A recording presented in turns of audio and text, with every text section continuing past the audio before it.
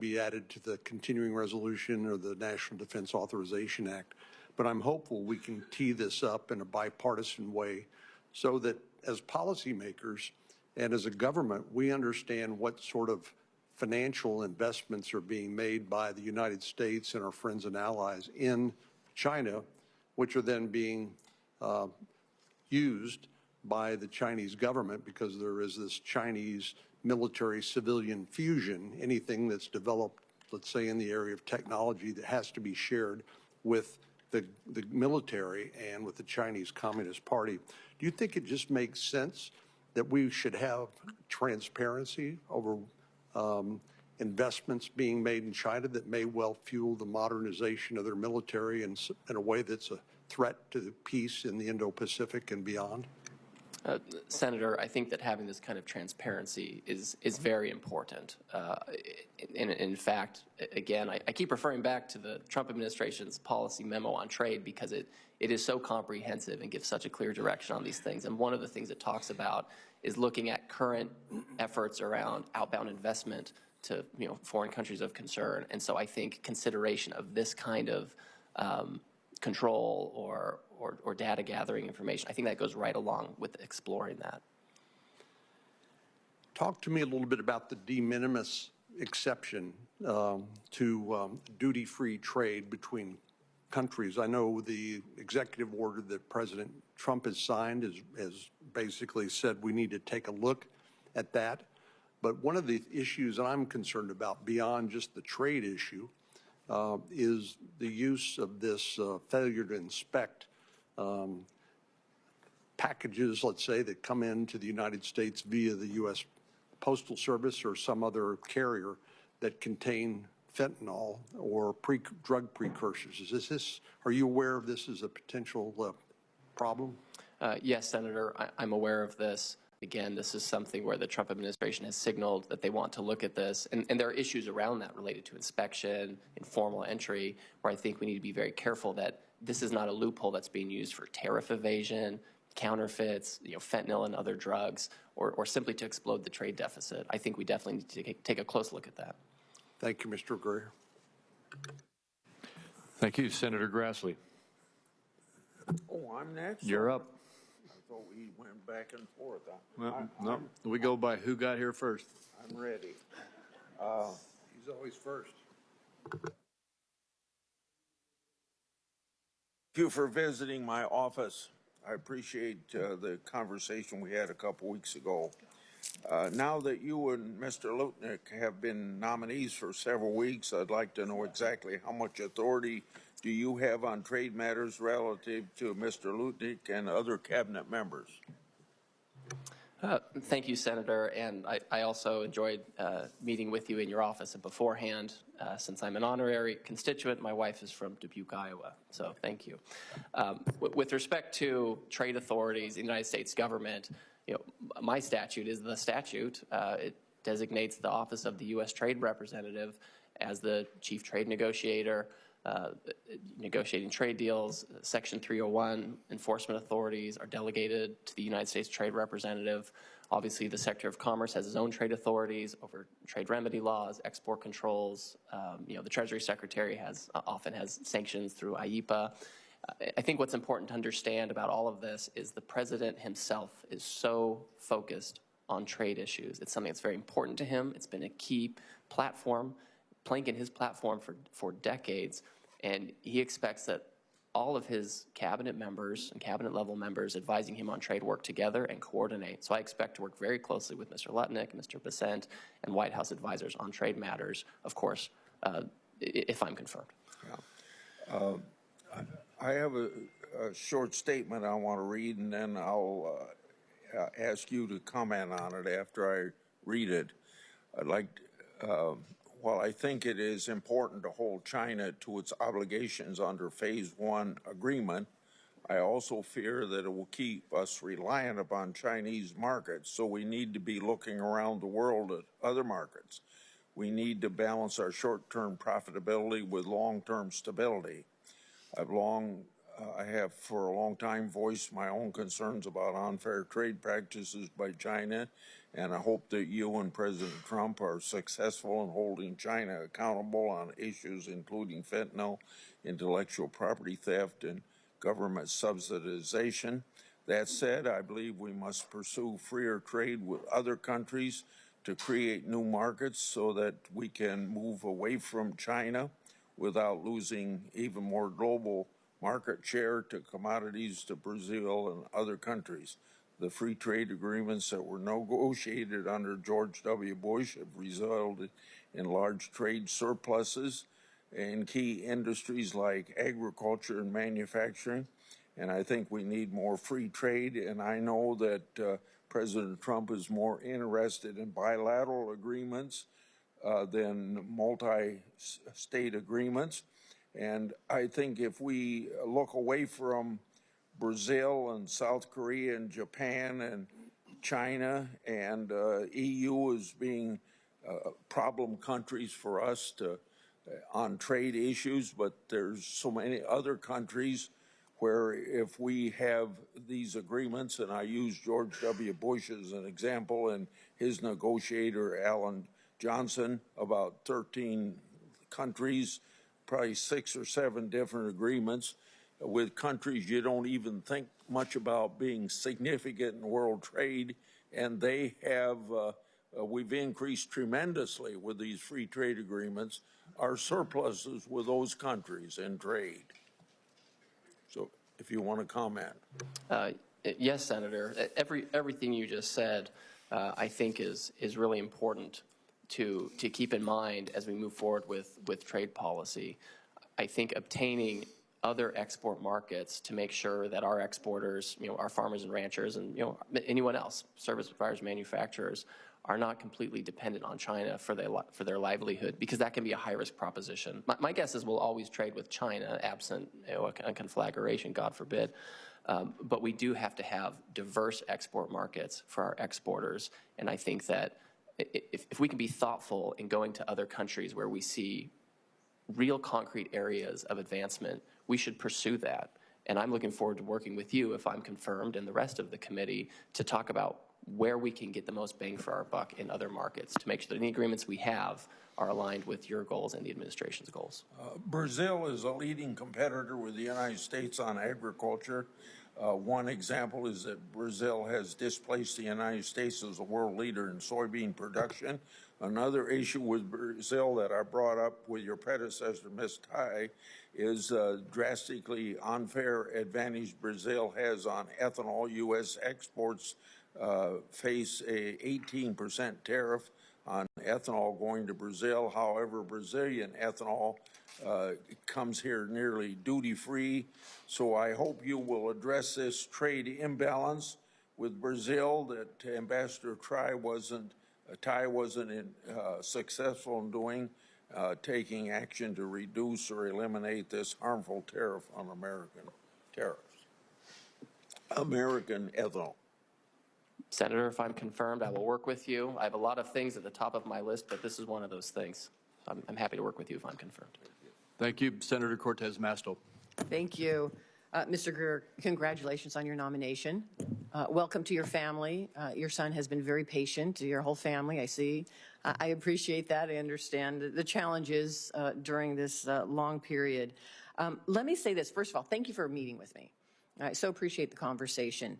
I want to talk about a topic that seems to get lost sometimes when we talk about trade and tariffs, and this topic is so important to Nevada, but also to the United States, which is tourism.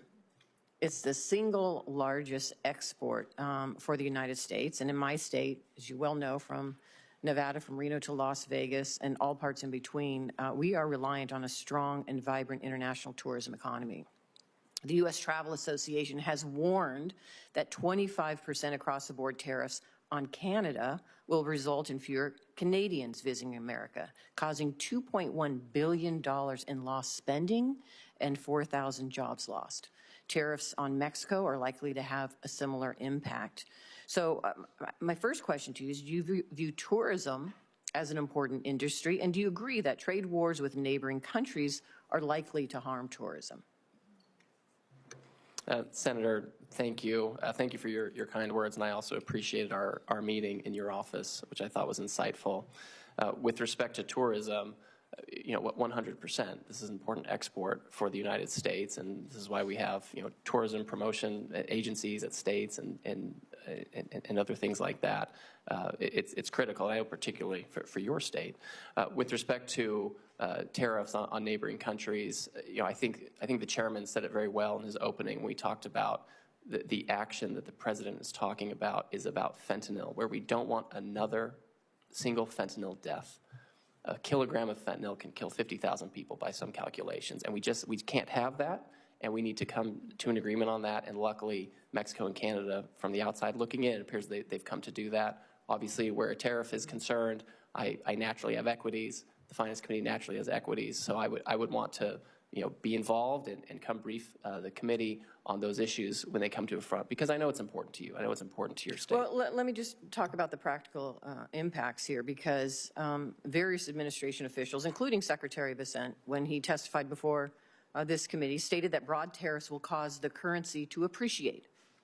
And let me just say, as it appreciates, it makes it more expensive to travel to the United States.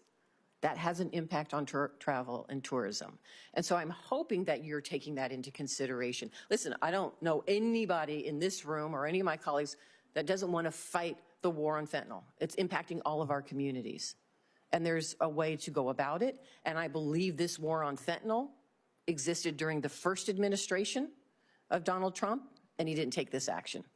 So there's a way to be smart about that is not also continuing to harm our communities with job loss and billions of dollars of income coming in the travel community. And let me just, I know the administration has put a pause, a 30-day pause on the negotiations with Canada and Mexico, but let me just tell you about the practical impacts of that pause. I received a call from a Reno small business yesterday that one of their customers in Canada has canceled their project due to uncertainty, costing them tens of thousands of dollars. These are threats that are real. They're impacting our small businesses. There's uncertainty. And so my question to you is, what do I say to my businesses? How do I ensure them that workers aren't going to be collateral damages? These businesses, small businesses, are not going to be collateral damages when we're engaging in this type of trade war. What should I say to this small business? Well, the first thing I would say is that they can, for one thing, they can come talk to us at the Office of the U.S. Trade Representative, and we want to hear from people who feel affected by this. That's very important to have that kind of feedback. I would also say that if you look at the first Trump administration, where the president had a very robust use of tariffs and other trade measures and trade negotiations and agreements to create an economy that resulted in real median household income going up by $7,000 in 3 years. It was historic. And so the president knows how to shepherd the economy. He knows how to balance these things. And I think that we need to stay the course when it comes to fentanyl, when it comes to redoing trade policy, so we can all grow together. I just have to tell them, you're just going to be, unfortunately, a victim of the trade war. Suck it up. It's better for the country. It's better for everyone else. So that's the answer to them. I don't think so. And listen, you're a reasonable man, and we had a great conversation. There's a lot that is being impacted, from our home builders to critical minerals that are essential for this community, to titanium sponge that is important for our national security that we don't actually get here in the United States anymore. There's a lot of impact here, and I'm looking forward to working with you. But there's got to be common sense, and there's got to be answers for so many businesses that are actually being, unfortunately, victims of this trade war. And if the answer to them is then, well, you have to be a victim, we'll shut your doors, and we just have to suck it up for the greater good, I'm not sure that's an answer I want to carry back to them. But I look forward to working with you. Thank you, Senator. Thank you. Senator Langford, are you ready? You bet. Mr. Chairman, thank you. Mr. Greer, thanks for stepping into the fray on this. There's a lot to be done. As you would see, the last 4 years there's been very little done, and this committee on a bipartisan basis has been incredibly frustrated with just the lack of a phone call coming in to say how we're cooperating together to figure out how we're going to do trade policy and how we're going to do the next place. And as you've heard several of my colleagues already say, a lot of us have ag producers that have a great product the whole world wants to buy, and USTR has not been helping us find new markets to be able to do that. So we're counting on you to be able to do that. If you can't do that, we're going to ask your son to step in and take over and to be able to take that on, because clearly everybody looks well prepared in your whole family. So I'm glad everybody's here. So let me ask this. When you step in to this role, there are several things we've already talked about. One of them being the Abraham Accords. The Abraham Accords countries are still asking the same question. What's the benefit of being here? One of those things should be trade. One of those things that can be done is how do we trade better? How do we form better trade agreements? And so the next country that wants to join the Abraham Accords knows if you join, here's the benefit of joining this club. How do you start developing some of those things to be able to make sure that that can be done? Thank you, Senator. And I know that this is an issue that's important to you, and we had a good introductory conversation about it in your office. Yeah. One thing that's interesting about some of those countries, we have existing trade agreements with Jordan and Morocco, for example. Right. And so we know there's a pathway to have good trade relations with these folks as well. Again, I'd go back to some of the discussions I had earlier with I think with Senator Bennett, where the president has directed, let's look at existing trade agreements and let's look at markets where trade agreements might be helpful, and let's do it in a way that's coordinated and pragmatic. And so I think that if this committee and you believe that we should be looking at some of potential Abraham Accords members as areas where economic growth can happen for Americans and American workers in a good way, then we should talk about that. Okay. Well, the focus is there on good foreign policy for us and good for Americans as well. And establishing peaceful relationships across the country allows us to have better trade agreements and better economic activity on it. So we want to continue to be able to drive that messaging home. China's been dumping product. You and I talked about this a little bit in the office as well. I appreciate that. The big challenge that we have on China dumping product is not just that they're dumping it, it's that the process that you have to go through to be able to challenge the dumping of that, how many millions of dollars it takes to be able to challenge that. Leave me alone. And then who actually enforces that? Now, I know this falls largely to the Department of Commerce for the enforcement of this, but one of the questions that's going to come to you is, how do we help our companies that know Chinese products are being dumped on them and are killing the market have a better response, and what pressure can you put as while agreements are going on with the Department of Commerce and trying to be able to prosecute those? How do you actually put additional pressure to make sure it stops? Thank you, Senator. And yeah, this was a great topic of conversation. I know you're concerned about it. As many on this committee know, dealing with unfair imports from China is what I do. It's what I've done in the private sector. It's what I do in the public sector. And so one thing that the president has directed, he's directed the Commerce Department to look at the dumping laws and see if they can be improved to better serve American companies and workers. With respect to USTR, if I'm confirmed, I would be committed to look at other unfair trade practices that maybe aren't captured fully by the dumping laws to see if we need parallel actions going on at the same time to make sure we resolve every aspect of the problem and not just some of the technical dumping issues. Okay, that'd be helpful on that. There's also been some conversation of late this week dealing with packages coming in from China and how those are going to be handled. This is an area that I'd just encourage you to work with CBP. There was a pilot agreement that was established in 2019 to see if we could actually manage some of this. That pilot program over the last 4 years has exploded and has dramatically changed how we're handling the de minimis issue in USPS. So again, that's not firmly in your area, but it's definitely going to be a trade area that we've got to be able to figure out how to be able to make sure they're paying their fair share of what they should be paying, especially those packages that are coming in from China, as a significant amount are. One of the questions that I have for you, you and I talked about in the office, when you're negotiating trade agreements, you'll hear many of us talk about the power that you have. Countries want to trade with the United States because we produce great products and our manufacturers are tremendous at what they do, and they put out a good product, and everybody, the whole world wants it. But that also means when you sit down with them, if people say, we want to open up a trade agreement, people are going to want to talk about, me and my colleagues are going to talk about labor agreements and how we're making sure there's unfair labor practices, what we're doing to be able to make sure that we're not having unfair competition. But we also have standards in there for things like religious liberty and a free press and all those things.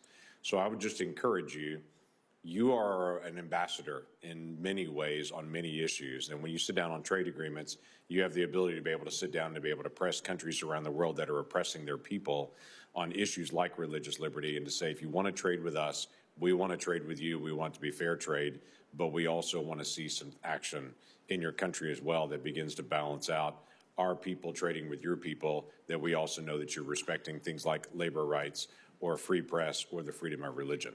So I'd encourage you just to be able to take that action as well, while you're also watching out for American workers.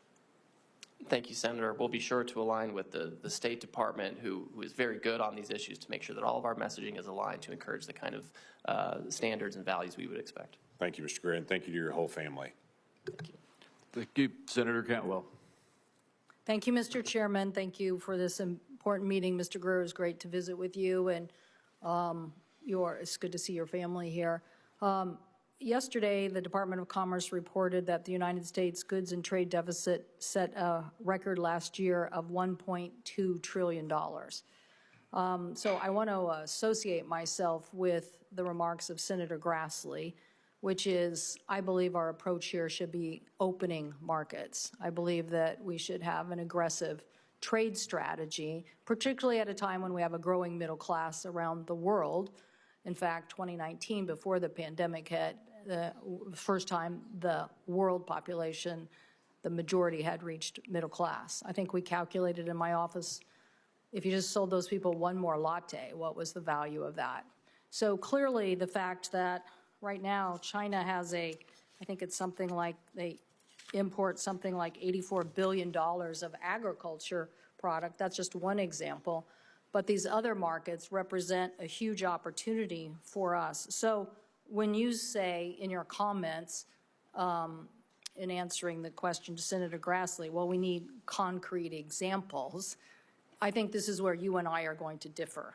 And I get that you work for a guy who thinks that you throw down the tariffs and you force something, some little deal out of China, when I'm saying I want an aggressive continuation of U.S. policy over decades and decades and decades, yes, the Bush administration, the Clinton administration, and others, in opening up markets for our agriculture products.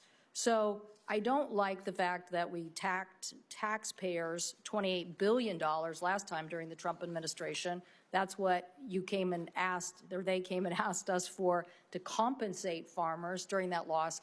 And believe me, I'm definitely being nicer to you than I've been to Catherine Tai, okay? I did not agree with the last trade ambassador's approach to say that I'm going to be the trade ambassador, but I'm not going to spend any time on opening markets. So my question to you is, when you look at apples, and about 30% of our market export is to Canada and Mexico, and the U.S. Free Trade Agreement increased that capacity. And so why are we arguing with our closest neighbors, our biggest export markets for apples, and in the meantime, not going out and opening up more apple markets? The tariffs that were put on cost us an unbelievable retaliatory tariff in India. It basically decimated the market. It went from 120 million in India down to 1 million, and hundreds of families lost their economic livelihood. We have about 68,000 people that are employed in the apple sector in our state. So this is no small number.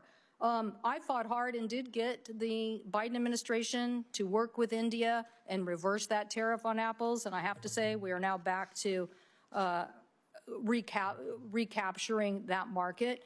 But I don't understand why you think a tariff-first approach is the way to capitalize on the biggest task at hand. The biggest task at hand is to get more free trade agreements, to get U.S. products into more places. And I think I mentioned to you in my office that I am for a alliance strategy. I mentioned on technology. I'd rather have a technology NATO. I'd rather bring the 5 biggest democracies and tech sophisticate nations like us and Japan and Australia and Israel and say, okay, these are the rules of the road, China, and nobody in the world should buy from you if, in fact, you have a government backdoor, and evangelize that. So I believe in competing with China and making this market work, but I don't understand how the administration can ignore this very big challenge of going and opening up markets and instead get in a fight, for me, with our biggest market when they're not really our problem, and not go chase another market like India, or as my colleague from Iowa said, these very interesting markets that people are ignoring. Now, look, every administration comes along and says, oh, I like bilaterals. Okay, I like FTAs, or I like the, I'm not religious necessarily on tactics, but I want you to have the most aggressive office possible, not to sit here and get into a tariff trade war that doesn't get resolved for 5 years, but one that's empowered to open up markets and to go get the job done. So I don't understand why this tariff approach. Mr. Chairman, my time has expired, but if somebody could just, well, I guess we don't have our Apple.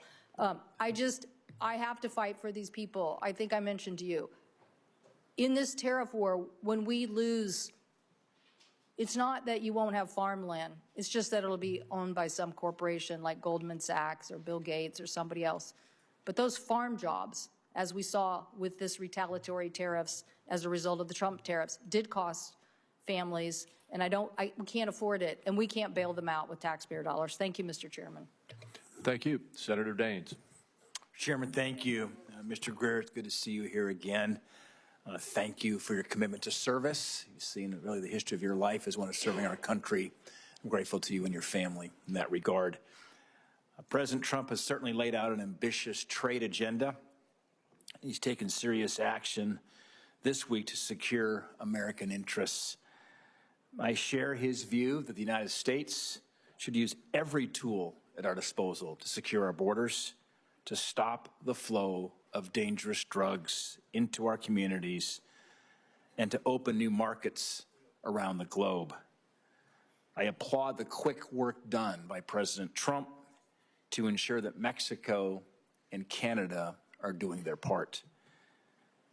It's important to note that previous blanket tariff policies for steel and for aluminum had serious effects on a wide range of my constituents in Montana. Agriculture is our #1 economic driver in Montana. In some cases, the price of aluminum in the United States rose 15%, which increased costs of our manufacturers, was ultimately passed on to consumers like farmers buying heavy equipment. It's equally important that we protect American farmers, American ranchers, small businesses, manufacturers, by moving quickly to open up new markets in the face of retaliation. The threat of retaliatory tariffs on Montana commodities like wheat, barley, beet sugar, pulse crops still looms as negotiations continue with Canada and Mexico. As I chat with my farmers back home, input costs remain very high. Farmers and ranchers are facing razor-thin margins, in many cases now negative margins, and the future cost of important inputs like fertilizer as well as energy remains uncertain. Mr. Greer, if confirmed, will you prioritize swift and immediate action to secure new market access for Montana producers who are now facing the threats of retaliatory tariffs? Senator, thank you for that, and I know that these issues are front and center for you and your constituents in Montana, and they're things that I pay very close attention to as well.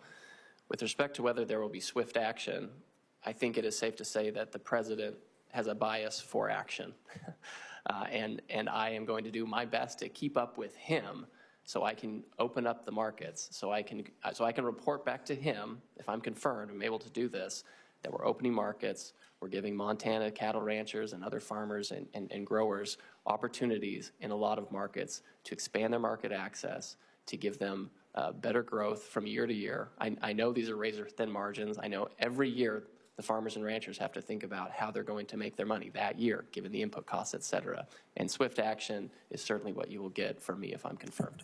Thank you. It's not lost on us that 95% of the world's consumers live outside the United States. There's a lot of mouths to feed outside the United States, and great opportunities. We think about the future of farm and ranch in Montana. A lot of that will depend on access to the 95% of consumers who live outside the United States. The Biden administration, sadly, and I remember having these confirmation hearings with the former USTR, they pursued a very unambitious trade agenda that created a vacuum that allowed countries to fill the void left because of our absence. Well, they were asleep at the wheel. Other countries were negotiating trade agreements that resulted in America falling behind.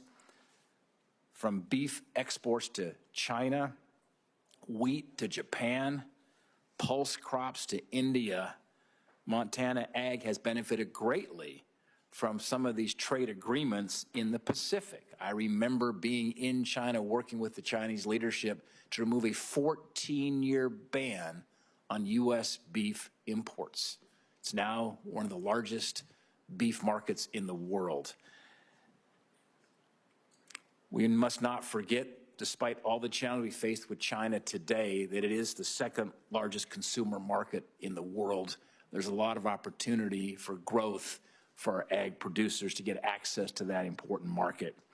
We must continue to engage our farmers and ranchers on equal footing with the rest of the world. My final question, Mr. Greer, how will you ensure that China honors its commitments from that Phase 1 trade deal? In fact, Senator Perdue then and myself went to Beijing, sat across the table from Liu He back in late 2019 to complete that Phase 1 deal for President Trump.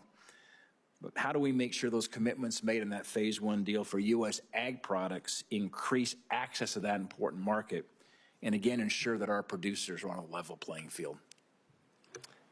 So, Senator, in the President's trade policy memorandum that he issued 2 weeks ago, he directed the United States Trade Representative to review China's compliance or noncompliance with the Phase 1 trade agreement. There are mechanisms within that agreement, dispute settlement mechanisms, bilateral between the United States and China, to address failures of compliance. So if I were confirmed, I would expect to very quickly assess the results of that compliance review and very quickly go about enforcing compliance. I think it is of critical importance that if China wants to trade with the United States and have a healthy economic relationship, if that's possible, that a lot of it is going to be premised on fair market access for our exporters and producers. Well, final statement, Mr. Chairman, I'm over, but just one final statement. If confirmed, Mr. Greer, I think we will have a very good team in working with you, with working, if confirmed, Senator Perdue, soon to be Ambassador David Perdue to China, working together here in making some tremendous progress and getting access to that very important, very large market for producers. Thank you. Senator Whitehouse. Thanks very much, Chairman. Welcome, Mr. Greer. Thanks for our meeting. As Senator Cassidy and Senator Graham and others and I work together towards trying to figure out a proper border tariff, will you provide us technical support and information to help inform our discussions as we proceed? Senator Whitehouse, again, thank you for that meeting yesterday as well, and hearing about the possibilities of. I think you're referring to the tariffs on Pollution. Yes, that's exactly right, on pollution. So I think when it comes to this problem, just to, if you'll indulge me for a few seconds. Well, I don't have very many seconds, and my Well, question I'll is put it simply, this way. will you help I'm us? happy to work with you, Senator. There you go. That's the answer you want, right? Because we do need what I'll do. your team's technical assistance as we develop a bipartisan proposal. We each have our own, and we'd like to meld them. Second, in my days on the Intelligence Committee, I developed the proposition that the largest theft in human history was the theft by the Chinese of American intellectual property through cyber intrusions. In my view, that theft has never been properly recognized in our commercial relationship with China.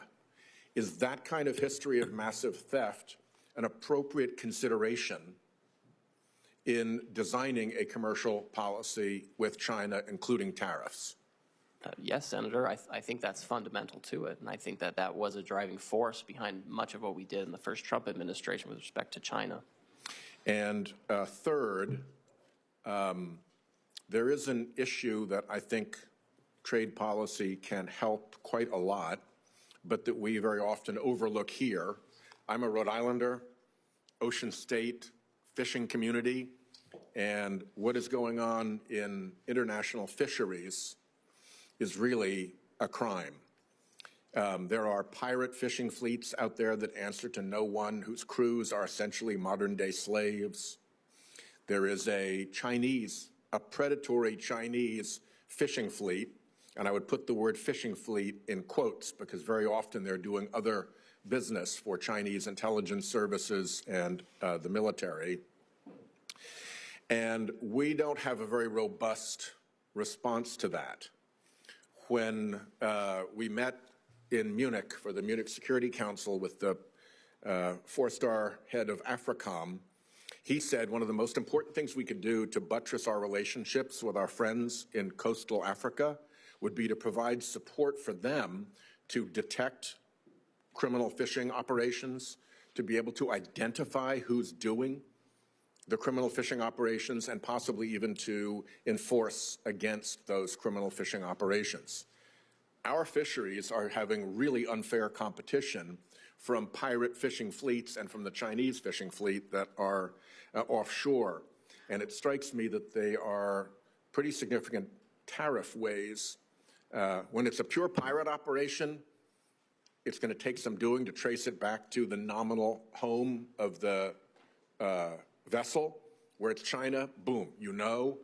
But I would ask you to work with particularly Senator Sullivan and myself, who have been working hard on this issue. We have a bill we hope will pass this year to increase the penalties and the transparency around the pirate fishing fleet, slave fleet, if you will.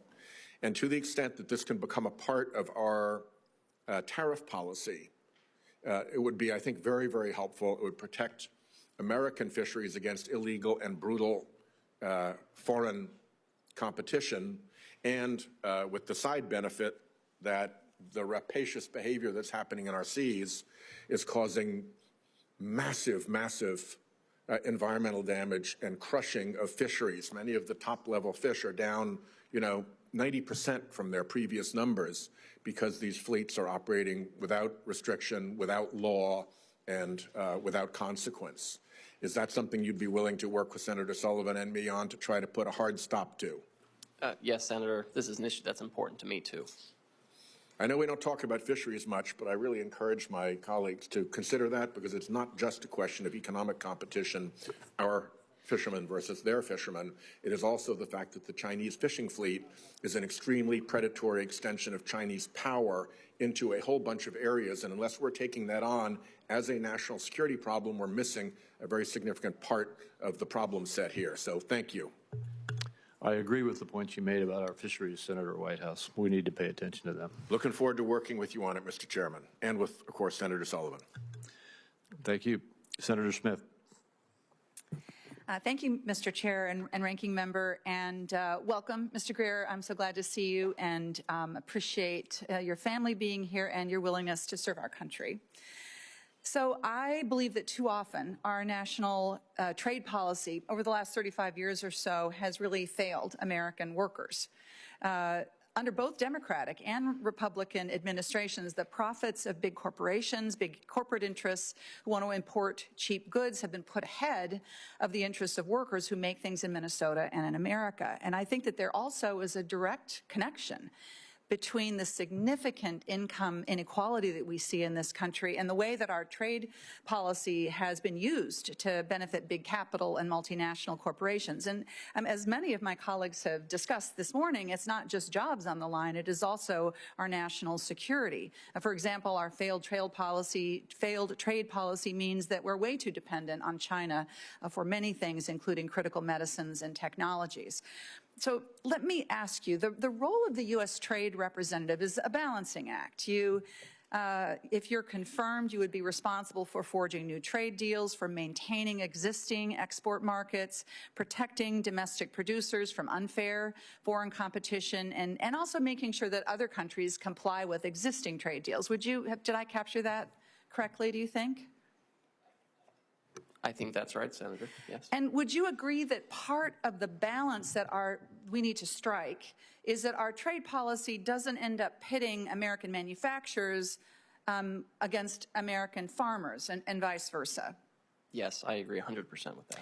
So in order to strike this balance as U.S. Trade Representative, you're going to have several tools at your disposal. For example, let's take an example of a factory in Mexico that is illegally suppressing wages and gaining an unfair advantage over U.S. facilities and workers in the process. You could deploy the USMCA's rapid response labor mechanism to get at that problem.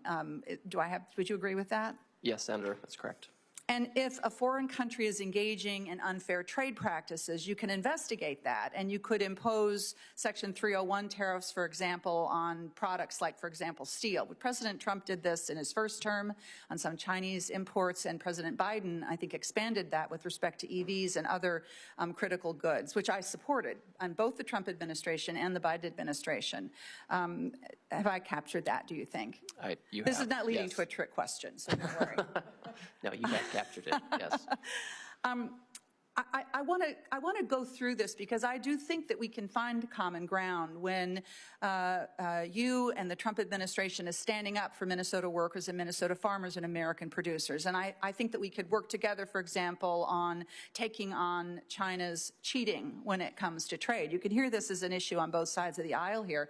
But if the Trump administration is going to be taking reckless steps, such as the president's blanket tariffs on our close allies in Canada and Mexico, I mean, I'm going to fight that because I don't think that that is going to be good for American workers. I think it's going to end up hurting American workers.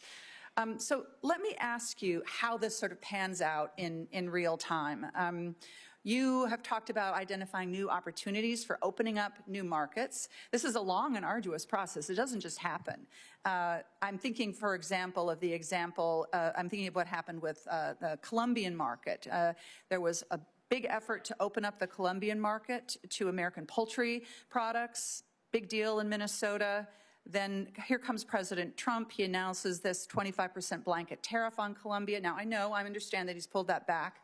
But what I fear is that the United States, with this kind of erratic and chaotic trade policy, it's going to make us seem like an unreliable negotiator and trading partner. I mean, Mr. Greer, how do you go in and try to negotiate in good faith with potential trading partners when we have a president who appears willing to tear up agreements on a whim on an issue that might be completely unrelated to trade? So, Senator, first of all, thank you for what I think is a very good summation of how trade policy should work. It's important to remember that when we have trade agreements, they all contain an exception for measures related to essential security. And if dealing with illegal migration of criminals or dealing with fentanyl or issues like that come up, this is very clearly an issue of essential security. Other presidents have used sanctions that just cut off trade entirely. The president hasn't chosen to do that here. He's chosen to use a different possibility. But I think that's going to be important for me, if I'm confirmed, to make sure that I'm coordinating with whatever agency is implementing tariffs or other trade measure, whether it be a sanction, to make sure that we are balancing the needs of trade agreements, opening markets, protecting workers, and dealing with essential security matters.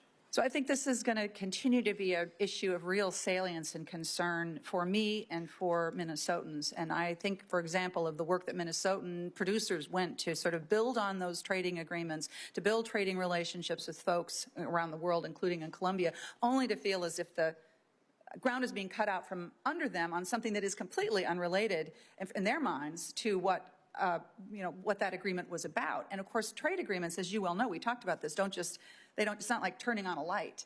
And if you're a producer, you build those relationships over time. And then there's also what happens, because for every action, there's a reaction, and that ends up hurting American producers as well. So this is an area where I think we're going to have significant challenges. Thank you, Mr. Chair. Thank you, Senator Hassan. Well, thank you, Mr. Chair and Ranking Member, for this hearing. Welcome, Mr. Greer, and congratulations on your nomination, and to you and your family as well. Before we dive into trade issues, I want to ask you a really simple question in light of recent events. If directed by the President of the United States to take action that would break the law, would you follow the law or follow the President's directive? I can't imagine the president asking me to break the law, and I never would do it. And if he directs you to do something that would break the law, you will stand by the law or stand with the President? I will always stand by the law, and the president will too. Thank you. We will differ on the last point, but we will certainly hold you to that commitment. Over the weekend, President Trump announced tariffs on all products imported from Canada, which he has since delayed but will go into effect in a few weeks. About 80% of New England's fuel supply comes from Canada. Before the president delayed the tariffs to next month, some home heating oil customers in New Hampshire were notified that they would have to pay a 10% surcharge, the proposed amount of the tariff, on their home heating oil bills. That would add over $100 to the cost of filling a 275-gallon tank with home heating oil. The president's tariffs on imports from Canada would also drive up many other prices in New Hampshire, given that Canada is New Hampshire's largest trading partner. So, Mr. Greer, if confirmed, how would you track the impact of the president's tariffs on New Hampshire's families and small businesses, and what actions would you take to address increased prices caused by these tariffs? So, Senator, thank you for that question. And that's certainly something that I expect, if confirmed, not only the Office of the U.S. Trade Representative, but the Council on Economic Advisors and others would be looking closely at the economic effects of any measures taken to secure the national security of the United States. These are things where, you know, it's hard to do this. How do we balance the cost of lives lost to fentanyl against other potential costs? Well, and I know that's not what you're asking, but I need to watch this. You do not have to talk to me about lives lost from fentanyl. I was governor of New Hampshire for 4 years. Right. I've been on the forefront of combating fentanyl in this body and in New Hampshire for a decade now, and we're actually making some progress, by the way, that was threatened by the OMB order that froze critical grants that were appropriated by this Article I body of the United States Constitution. But look, what I have heard from my customers, some of whom voted for Mr. Trump because he promised them their essential costs would come down, they are getting this document from Irving Oil Company that is telling them that their home heating oil expense will go up by the amount of the tariff. And when we talked in my office, you said you didn't expect that to happen. Well, it is happening. At the same time, by the way, the OMB order threatened home heating assistance to people. It was minus 20 degrees in Berlin, New Hampshire on Sunday.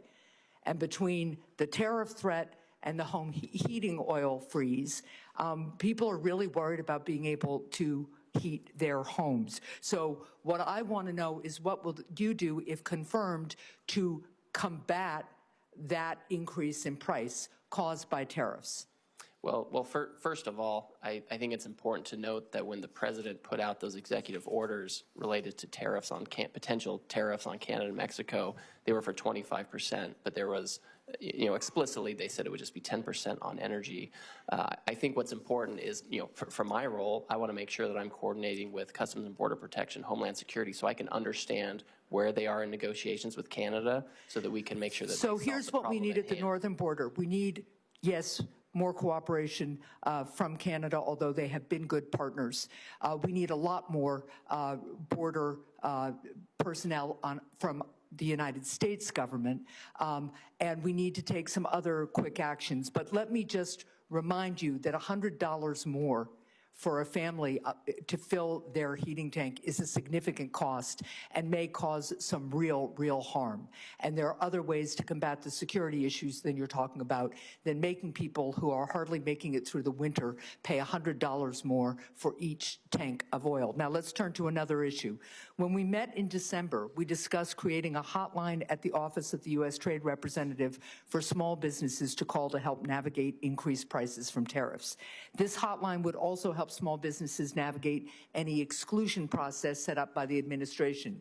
It's critical for the New Hampshire small businesses that any exclusion process be fair, transparent, and nonpartisan.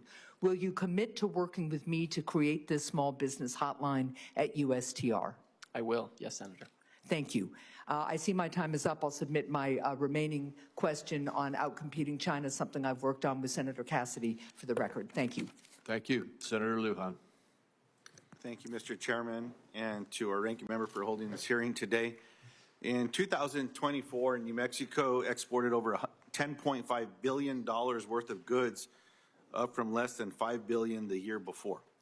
Over 60% of those exports last year went to Mexico and were worth over $6.5 billion. Mr. Greer, I appreciated our conversation yesterday about your priorities and thoughts regarding the United States Trade Representative Ambassador's role in directing trade policy in this country and its impact on our economy and American workers. As you know, the 2026 USMCA review is approaching, and President Trump has threatened tariffs on Mexico. What specific changes to the agreement would you advocate for? Thank you, Senator, and I also appreciated our conversation yesterday in your office, and I know that being a border state, that gives you unique insight into our relationship with Mexico, which, as you also acknowledged, is complex, across not just trade, but security, foreign policy, et cetera. As we enter into this process of taking a second look at USMCA, which again was built into the process deliberately by the administration and Congress to make sure that the agreement remains relevant and beneficial to Americans, I think we need to look closely at things like the rules of origin to make sure that third countries or foreign countries of concern are not inadvertently or deliberately benefiting or free riding on the agreement at the expense of America and our trading partners.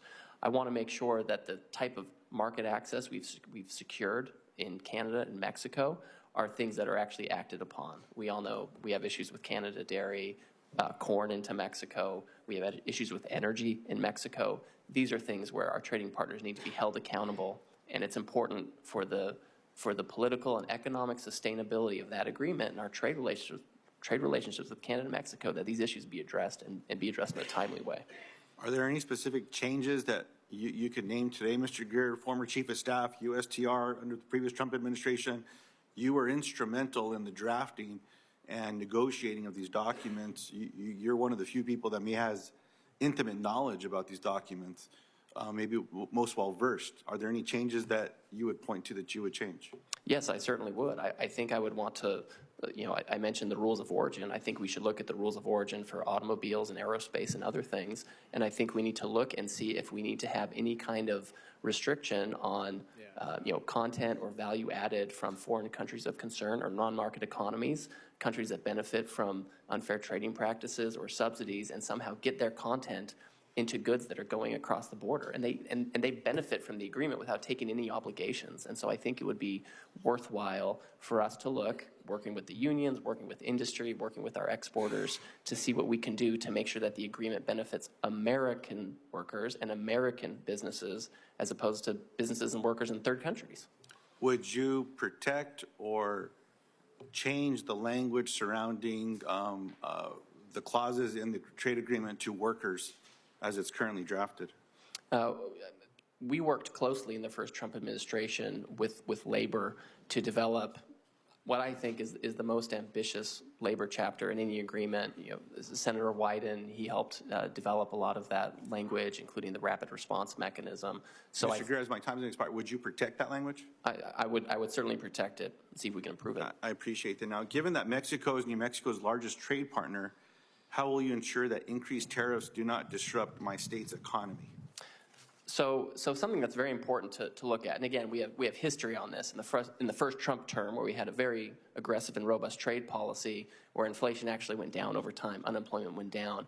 And so as we're implementing, if I'm confirmed, I'm able to help implement a robust and pragmatic trade policy. At the same time, the administration is going to be implementing pragmatic energy policy, competitive tax policy, regulatory policy, permitting policy, and all of these things need to work together to result in growth across all demographics, which is something we achieved in the first Trump administration, and we can do it again. Not to oversimplify, but trickle-down economics will help my state? because of the president's approach to the economy if these tariffs are enacted? Oh, Senator, I don't believe at all that it's trickled down. These are the kinds of, whether it's tariffs or market opening, these are benefits that go directly to workers who are working on the line in factory or people who are working at a farm and are going to export this. This is broad-based growth. This is how it happened in the first Trump term. There was broad wage and income growth across demographics. And I think that's the kind of growth we want to have. Mr. Greer, can I get your commitment that if these tariffs negatively impact the businesses in New Mexico, that I have your word to get that corrected? Well, Senator, I want to hear from you on what those impacts are and what we can do to make sure that they are able to benefit from the growth. I believe your word should be good. Do I have your word that I can count on you to make sure that New Mexico's businesses don't get hurt by these threatened tariffs? Senator, I want to make sure that they don't. I can't guarantee economic outcomes, but we can create incentives that are designed to benefit workers and the business they work for. And I want to work with you to promote that and pursue that. We can't, I can't guarantee everything the market's going to do or that wages do, but we can do what we can to make sure it's broad-based growth. I yield back, Mr. Chairman. Thank you. Senator Blackburn. Thank you, Mr. Chairman. And Mr. Greer, I'm delighted to know you have such strong Tennessee roots and how appropriate that your family hails from Trade Tennessee. We think that's a pretty good motto. And we need to get you back in the state, let you see our world-class logistics in Memphis, and meet some of these wonderful manufacturers that we have in the state. Trade is important to us in Tennessee. Last year, we had about $62 billion in goods and in manufacturing plants with over 360,000 workers. And of course, this is automobiles, it is appliances, and it's good old Tennessee whiskey.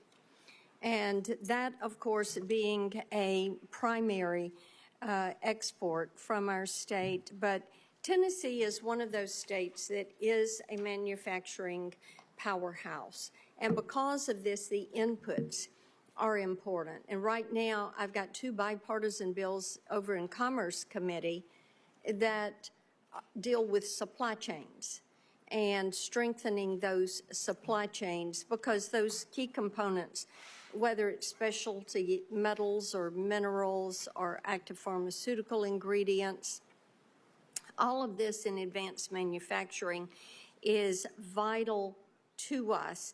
And knowing that these inputs are going to come from trusted sources, that they are going to come from our allies and allow us to return to domestic manufacturing is something that is important. So what I'd like to hear from you is what steps you will take to strengthen these supply chains for us, for these domestic manufacturers, and make certain they can get what they need without having to necessarily deal with China.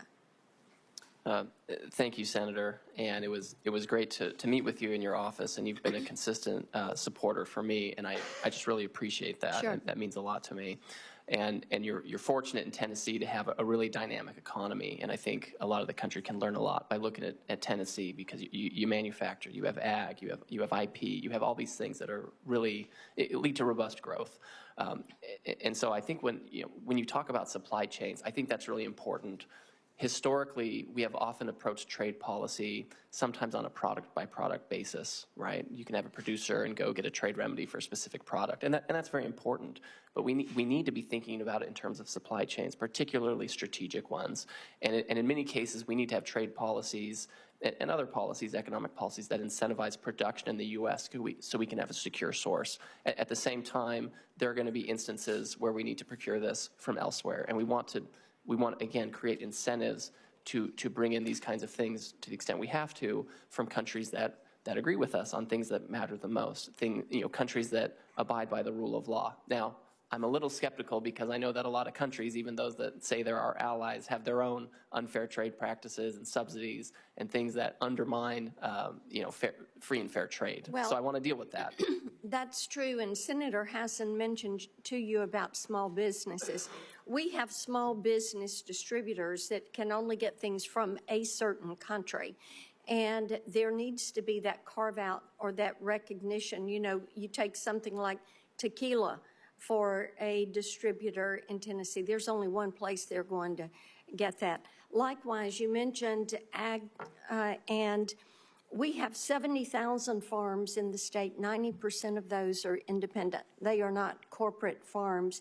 And China had agreed to purchase $200 billion.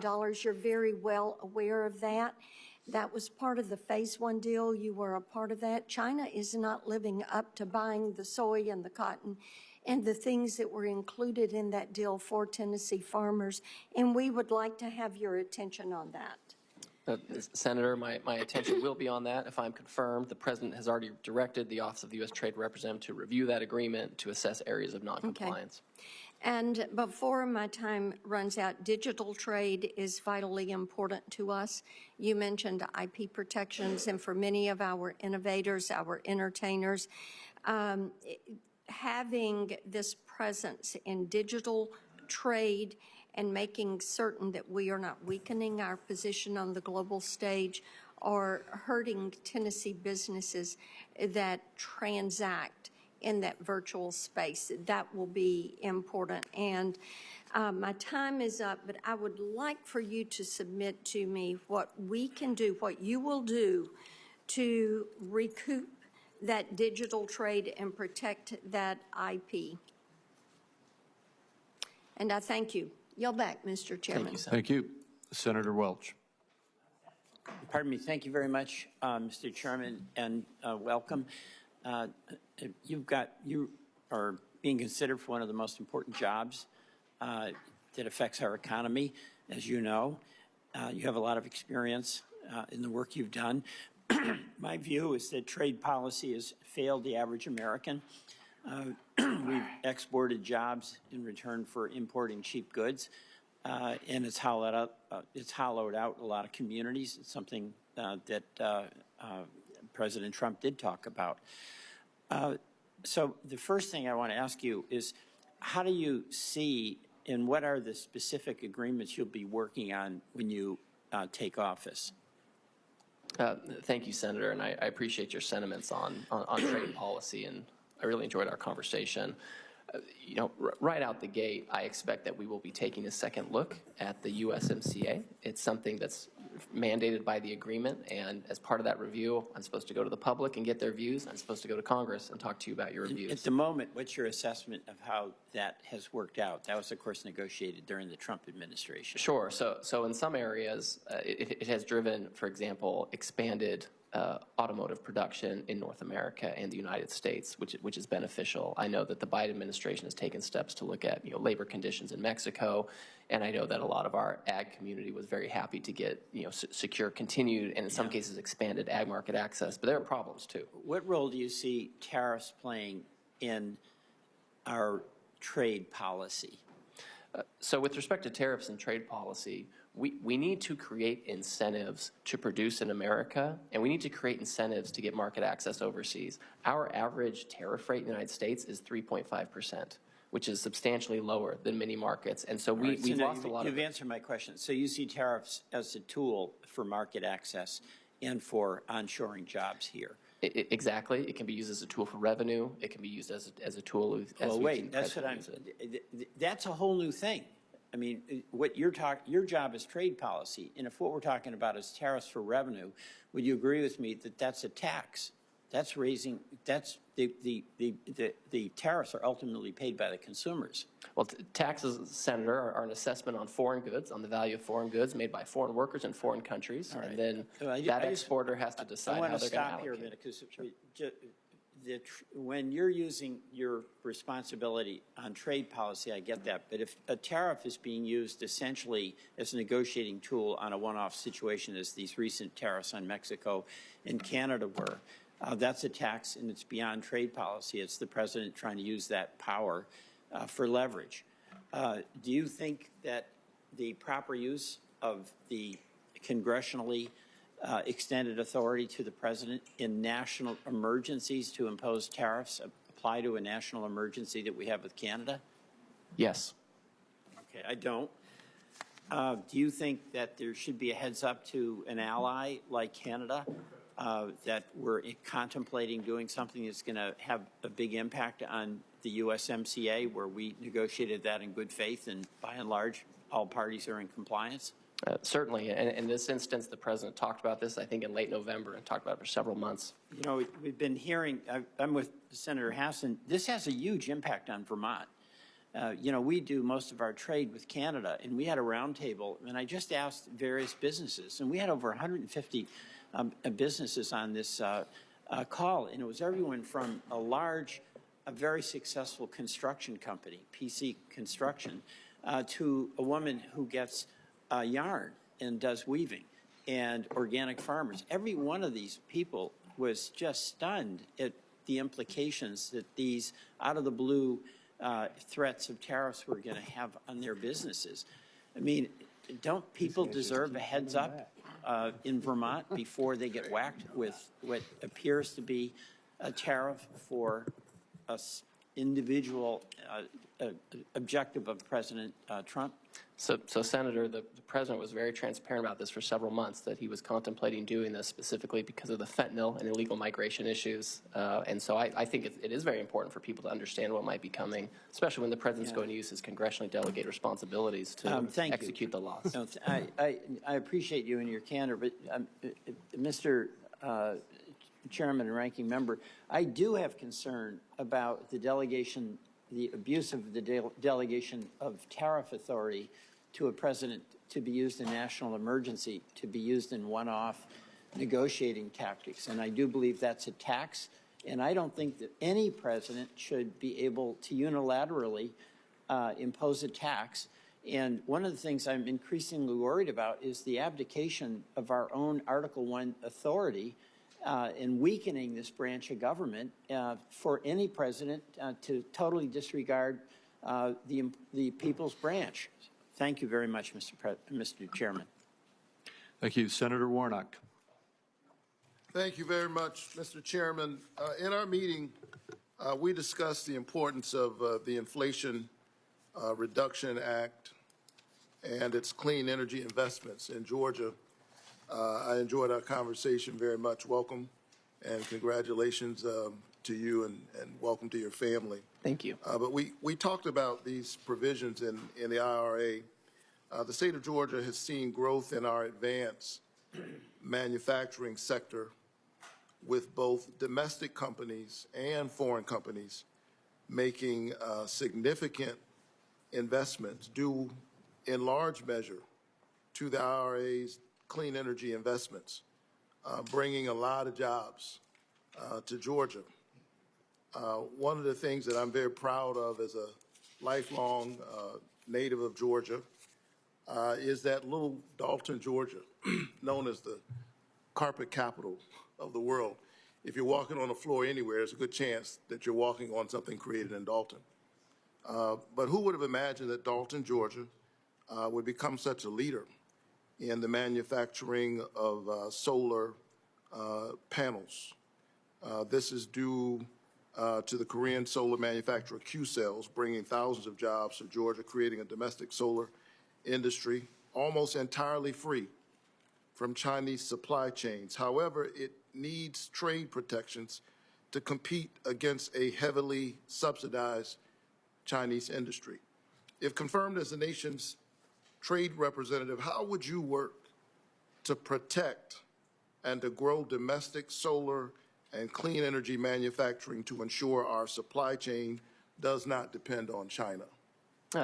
Thank you, Senator. And I'm glad to hear you express concern and interest in this. These are things I'm concerned about, too.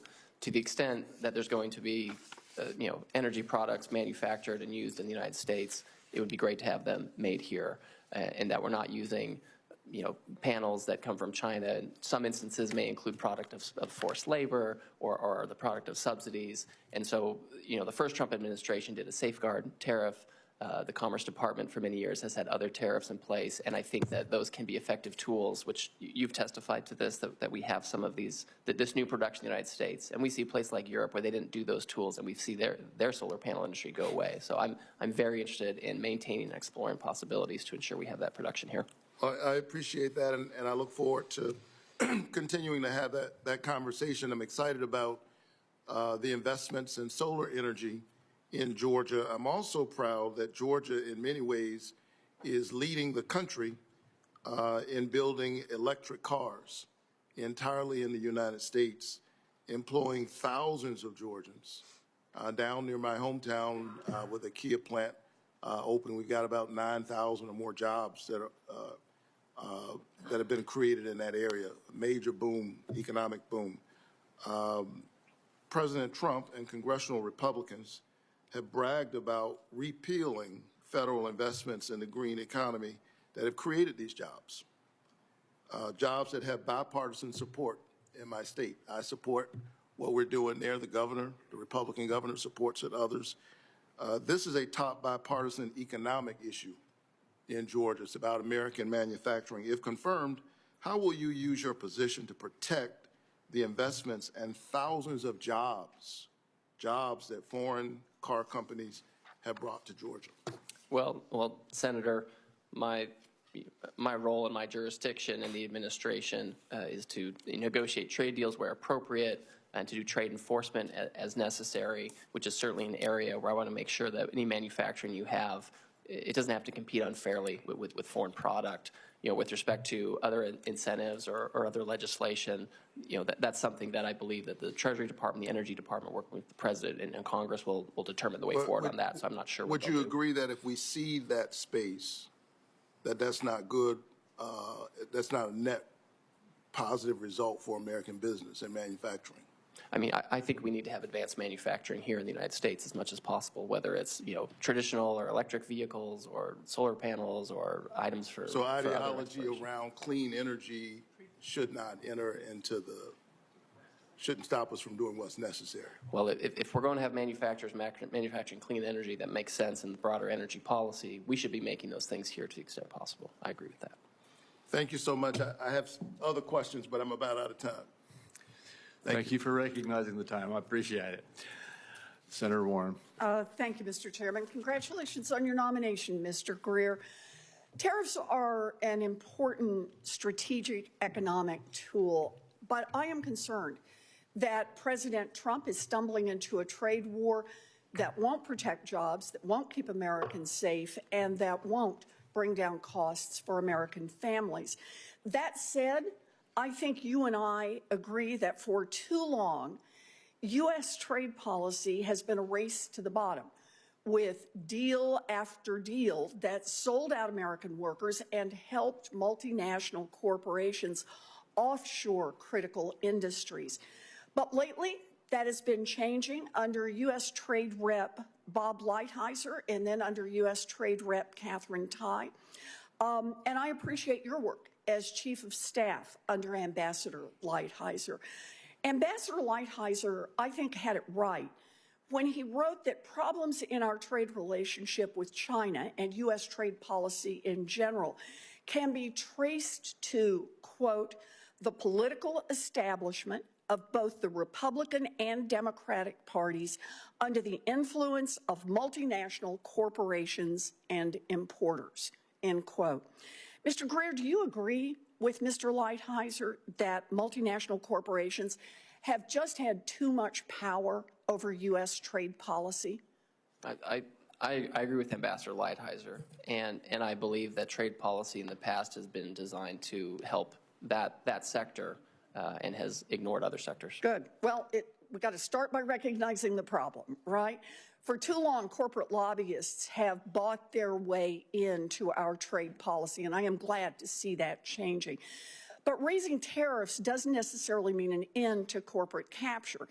When the last Trump administration hiked tariffs, corporate lobbyists lined up to demand exemptions. And now, with President Trump threatening even more tariffs, they're ready to do it again. So what did this tariff exemption process look like the last time around?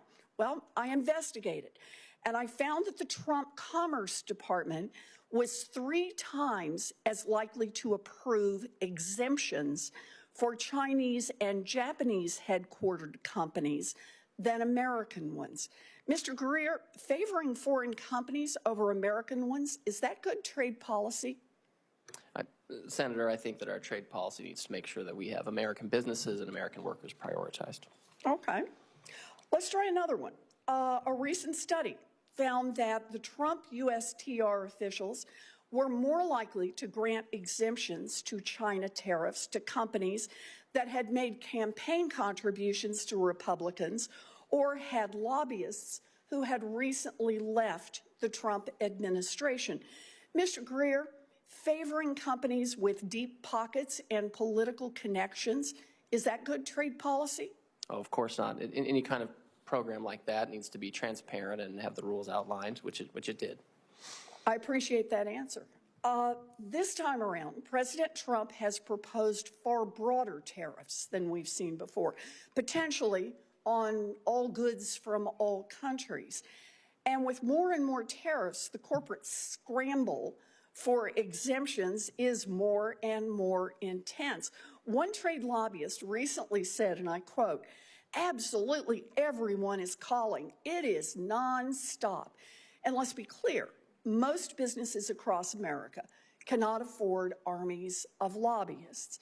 So, Mr. Greer, do you support tariff exclusions, these exemptions? And if so, what changes would you make to ensure that it is a fair process and not just a giveaway to political insiders and deep-pocketed corporations? So Senator, I know you've been a leader on this and you've given a lot of thought to it, which I think is important. Anytime we're taking economic actions, whether it's a tariff or an exclusion, we need to be careful about this. We need to be thoughtful.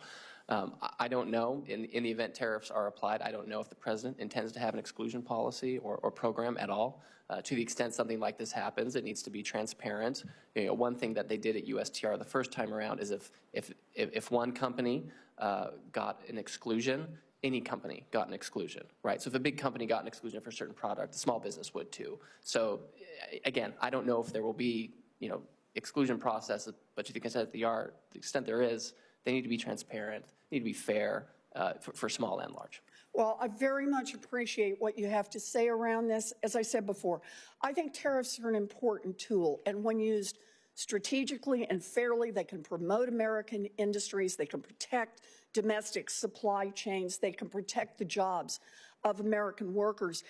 But we can't have a get-out-of-tariff-free system for those that are very wealthy or politically connected, because that will undermine the whole process. Thank you. Thank you, Mr. Chairman. Thank you. Senator Johnson. Hey, Mr. Chairman. Mr. Greer, welcome. When I was chairman of Homeland Security in February of 2020, right as the pandemic was starting, we held a hearing with Scott Gottlieb, other former heads of CDC, FDA, that type of thing. One of the things I was surprised to find out is that we really don't produce the precursor chemicals or the active pharmaceutical ingredients for our drugs. And I felt that was an enormous vulnerability. So that would be at the top of my list in terms of strategic products that we do need to bring back manufacturing. Now, there's a host of reasons we won't do it. It's a refining process, environmental regulations. What other strategic products are kind of top of your list that we do need to think out of the box, figure out how to bring those back here so we're not vulnerable? And how would you view your role in terms of using your position to help achieve those goals? Senator Johnson, I'm glad you raised this because this is something I think about a lot, and I've written about it, and I've testified before Congress previously about these kinds of issues. So pharmaceuticals, for sure, is one that I think we need to look at. Semiconductors and downstream electronics, something where Congress has taken action. I think we need to look at aerospace, too. Right, we have Chinese aircraft manufacturers that are coming online, and they're going to be a challenge in the market. I think robotics. We probably need to help Boeing as opposed to try and beat up on them, right? Well, we can talk to Senator. They've got some problems, yeah. Correct, but I think also industrial robotics, and then obviously technologies like AI and quantum computing. We need to be ahead of the game here. So I think you're aware Wisconsin is not only a big agricultural state, but also a manufacturing state. And the reality is, I mean, when we start slapping tariffs on steel, I've got manufacturers who only can import some of the types of steel. They're competing against global manufacturers that are going to have access to Chinese steel. You understand that double-edged sword nature of a trade war in that situation. Can you just kind of speak to how we can handle that and try and minimize whatever pain tariffs might create? Certainly.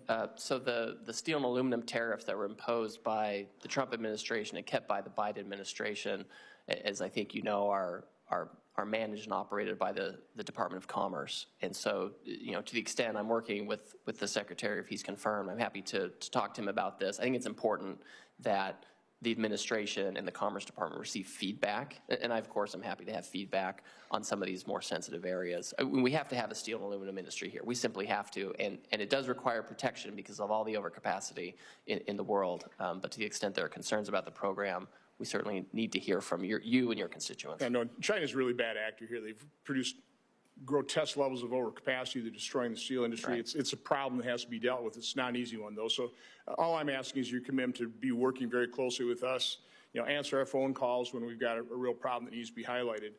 Again, there's multiple uses for tariffs. Scott Bessent talked about that. Again, to force trading partners to be fair with us, to achieve other goals. President Trump's certainly used that in his first term to secure the border when Mexico wasn't cooperating with Remain in Mexico to threaten tariffs, and all of a sudden we secured the border. Another one they're talking about is revenue. And I just want to kind of go through what the revenue amounts are you talking about. I'm obviously highly concerned about, $1.8 trillion deficits, more than 1.5 as far as the eye can see. This could be one component, but I've heard figures of almost $1 trillion in revenue or replacing the income tax. I mean, I'm just not seeing it. So again, I'm an accountant, I like numbers. The latest trade figures I have is in 2023, we had about $3.9 trillion of imports, but of that, only about 3.1 were goods. I'm not aware that we ever put tariffs on services, correct? We haven't put tariffs on services. So we got about $3.1 trillion of imports. I mean, even a 10% across-the-board tariff would raise about $310 billion in tariff revenue. That's not even close to replacing your income tax. So talk to me, again, where am I hearing these figures? Where is President Trump potentially getting these figures? What do you have in your mind a goal in terms of what revenue you want to raise through some type of tariff policy? Certainly, I'm happy to talk about this. Clearly, some of this is in the wheelhouse of the Secretary of the Treasury with respect to the income tax, and there are conversations and initiatives going on right now about spending and what are appropriate levels of spending. I don't think we're in a position to tomorrow fund the entire government using tariff revenue. I mean, I don't think that's the case. I don't think anyone thinks that. But I think that historically we have had tariff revenues as an important part of funding the government prior to the income tax. And that was when the federal government was 2% of GDP, and now that's right. It was 25. So that's right. So I think these things combine. There's a question of how do we fund the government? What should the government be paying for? What does the budget look like? And I understand I'm repeating your question back to you essentially. I'm not giving you a number because I don't have a number on this, but I think these are important issues to chase down. And I think that we have to have a sense that if we're going to be if the president wants to use tariff revenue, it's important to make sure we have a good handle on the budget and how those revenues could be used. And that's a conversation with Congress, obviously, as well. But just to confirm, my numbers are largely accurate, correct? About $3.1 trillion in goods being imported? On import goods, yes, that's exactly right. Thank you. Thank you, Mr. Chairman. Thank you, Senator Cassidy. Mr. Greer, let me first compliment you. Your kids, if this is my grandson, he'd be climbing the wall right now. You know what I'm saying? So they've been incredibly well behaved and minimal fidgeting, if any fidgeting at all. So congratulations on your parenting skills. Thank you. Let me ask you this. You have been concerned, expressed skepticism about the need for binding dispute mechanisms at the WTO. But my rice producers and others have won decisions at the WTO on commitments by other countries on agricultural subsidies, and yet they're not enforced. And so are my agricultural people just out in the cold? There are disputes that they win, but they now don't even have a dispute, and if they get the dispute, it's not enforced. You see, help my rice producer here. How are we going to handle that? No, Senator, I think you're exactly right, and that's part of the reason why I show skepticism sometimes about the WTO, because we win a case, we get a result, and then it's not fixed, or it's fixed on the surface in some other. Now, there's two different issues, though. One, you got to win the case, and then you got to enforce it. Exactly. But the first step is winning the case, and that I say there's been some progress in. It's the lack of enforcement, which is critical. But that doesn't necessarily throw out winning the case, if you follow what I'm saying. Certainly. I mean, listen, if you're trying to get rid of a trade barrier, there are a few ways to do it, right? You can try to negotiate it, which is on its face not always successful if you don't have the leverage behind it. If you have a case, you have some legitimate authority to go to them and say to change it. We also have domestic laws like Section 301 and others that can identify and detect unfair trading practices. Now, those are 301 and all those are kind of like economic necessity. Are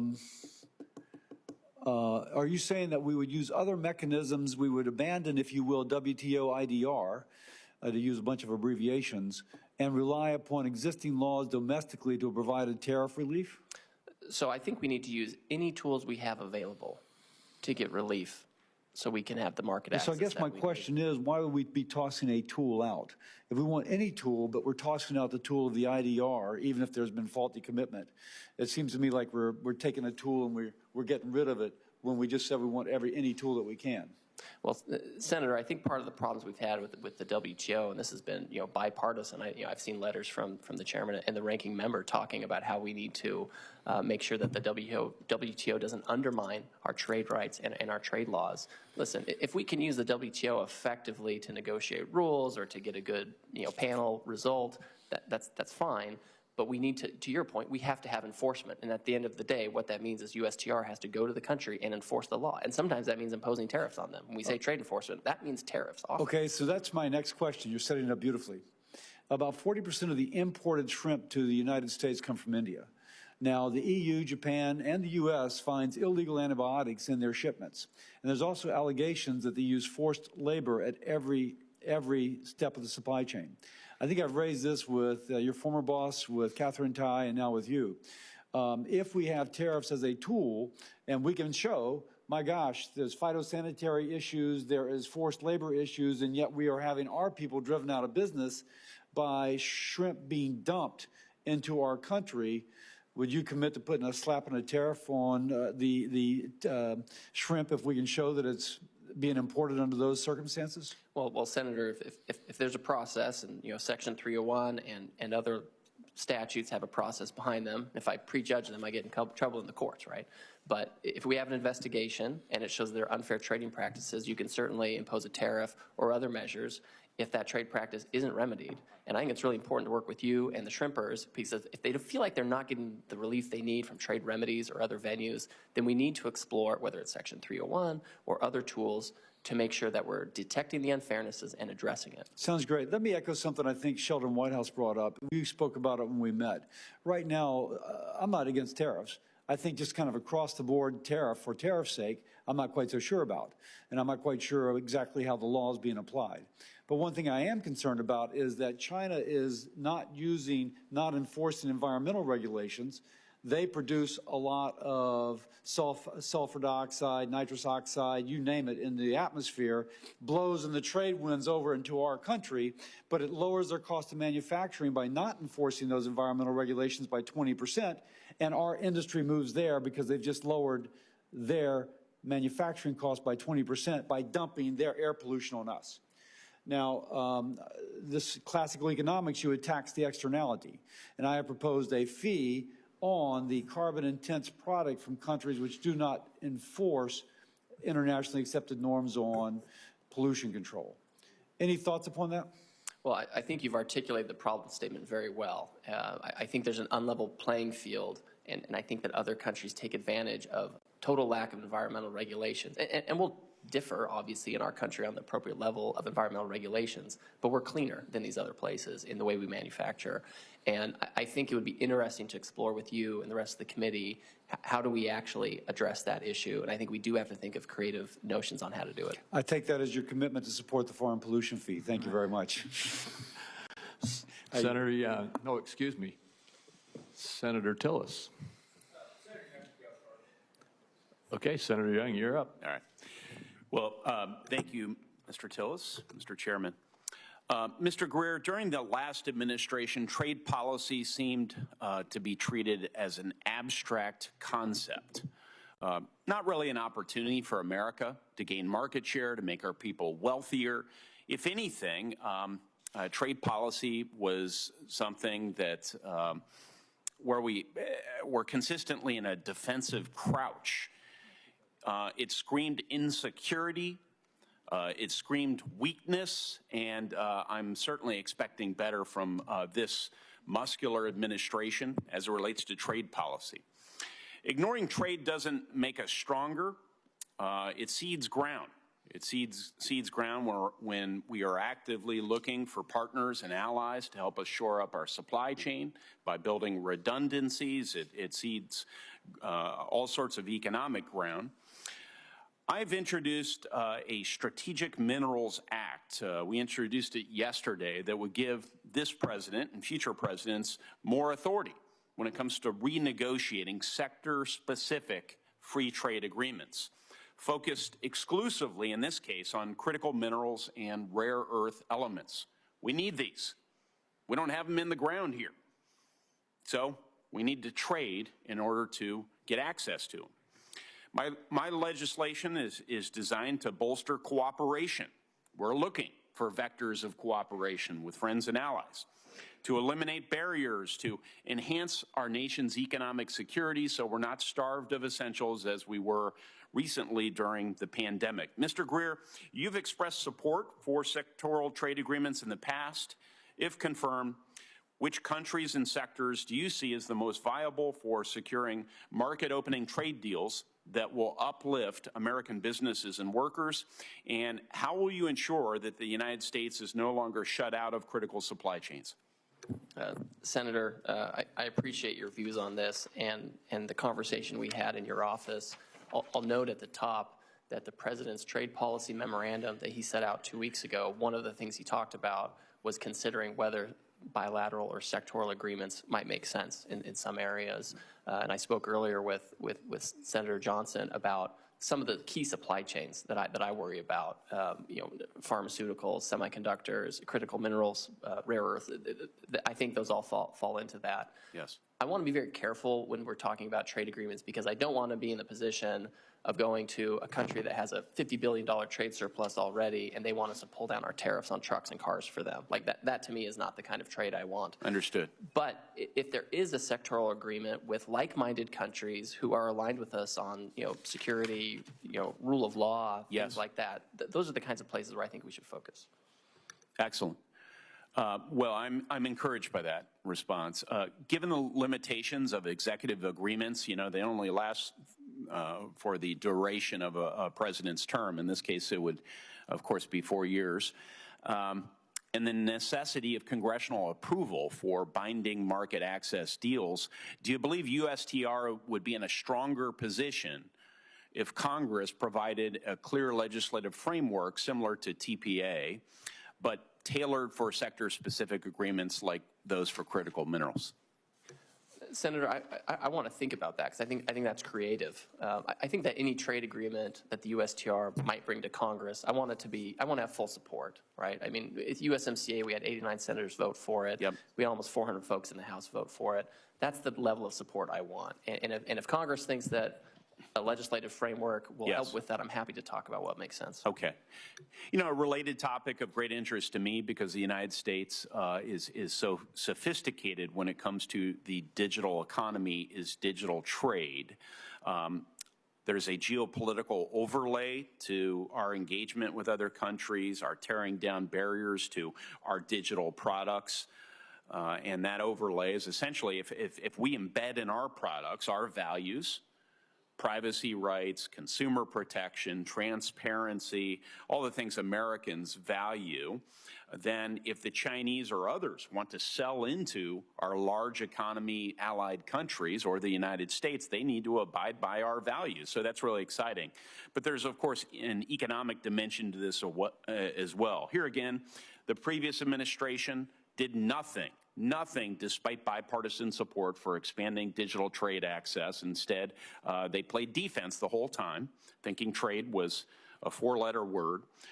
Mr. Greer, if confirmed, how will you work to prevent the discriminatory treatment of U.S. companies in key global markets and ensure they're competing on a level playing field when it comes to digital trade? Senator, in the first Trump administration, we took action under Section 301 to combat discriminatory digital services taxes. I know there are many jurisdictions in the world right now that are doing this and other measures to try to control the business models of our digital champions. And I want to make sure that if anybody's regulating our digital companies, it's going to be us. And they can't discriminate against it. And I think that we need to explore using Section 301 and other measures to make sure that we're able to stay competitive globally.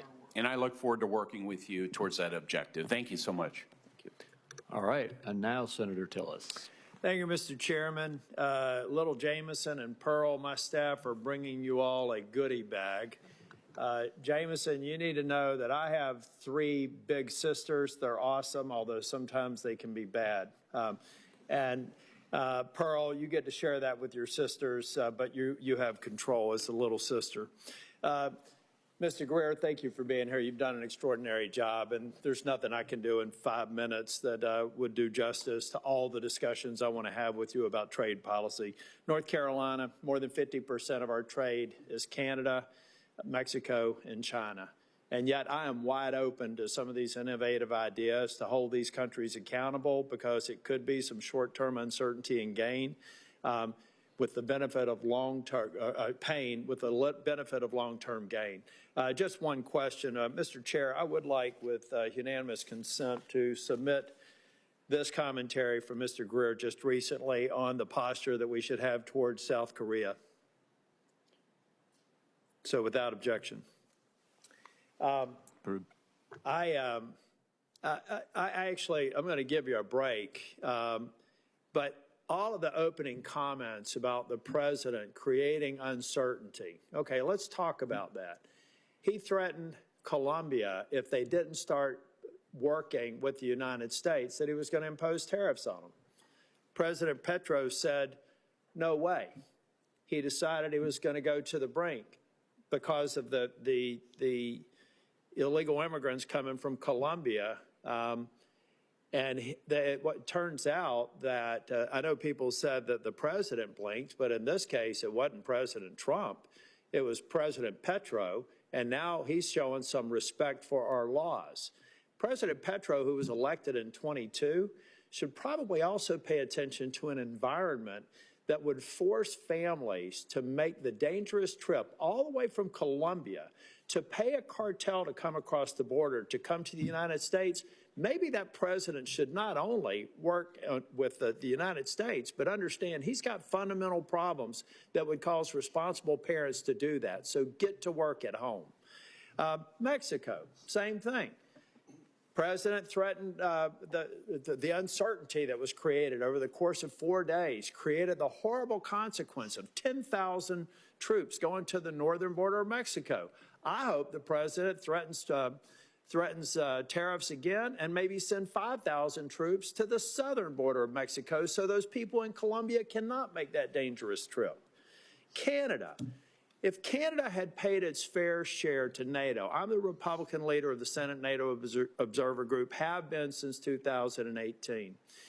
If Canada, in this century alone, the last 24 years, had paid their fair share to NATO, we would have $1/3 of $1 trillion in modernization and readiness that doesn't exist because they are a laggard.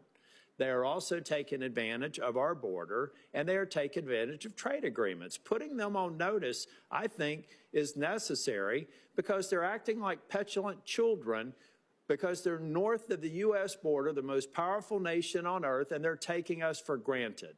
And I think you're going to find very specific examples of where they've done that on trade, and that's where we need to tailor, I think, our agreements. South Korea, you've very articulately and your commentary have identified the threat there and the way that they're trying to counter unfairly, I believe, our big tech and high tech in general businesses, and some in their own country, and silent on China. And then finally, China. You know, at the end of the day, we know in North Carolina, if we get into a broad-based trade war, we're going to get damaged, particularly in North Carolina. They're going to close off access to their markets for pork and chicken, et cetera. But we have to hold them accountable, folks. I have seen counterfeit goods that have killed people coming from China. They're stealing our intellectual property theft. They're stealing our ideas. They're making it cheaper. They're, in many instances, less safe. And I believe that under your leadership, we will tailor it. Everybody that's got this false narrative that we're just going to do blunt force tariffs across the board, it's illogical. If we did that, we're going to have to discount, to Senator Johnson's question, discount the net revenue, because it's got to be net of retaliation. But I have confidence in you, Mr. Greer, to provide the advice to the president to get this right. It is time for Europe. It is time for Canada. It is time for China. It is time for the countries of South America to understand where we've been treated unfairly, we no longer will, and I look forward to supporting your nomination. And kids, your dad's done a good job. Thank you very much, Senator, for all of that and for the kindness to my children. Senator Marshall. Well, thank you, Mr. Chairman and Ranking Member. I guess I'm it today. So I think, first of all, it's great to, once again, that both sides of this dais share many of the same goals. I heard my colleagues say that they want an aggressive trade agenda to open up more free markets, so that's exciting to hear. And I would add with that, I assume they also want them to have fair and reciprocal trade agreements as well. So we're assuming that we share the same goal. Under President Trump, he gave us USMCA. He gave us South Korea, an improved Japanese trade agreement so important to American beef, and China Phase 1. Mr. Greer, what trade agreements were accomplished under Joe Biden? Senator, I'm not aware of any. Okay. I want to compare and contrast a little bit here more. Let's talk about Mexico. I think it's one of the simpler ones to understand. Again, thanks to President Trump's USMCA trade agreement, Mexico and Canada supplanted China as a #1 trade partner for Kansas agriculture, many of our materials as well. But under Joe Biden, Mexico undermined American farms, he harmed commerce, and he bullied U.S. companies. He shut down the GMO corn exports, forcing a huge dispute. Mexico hampered U.S. energy protection under Joe Biden, and Mexico seized a U.S. mining company's operation near Cozumel. What can you do, what can we do to reverse this behavior?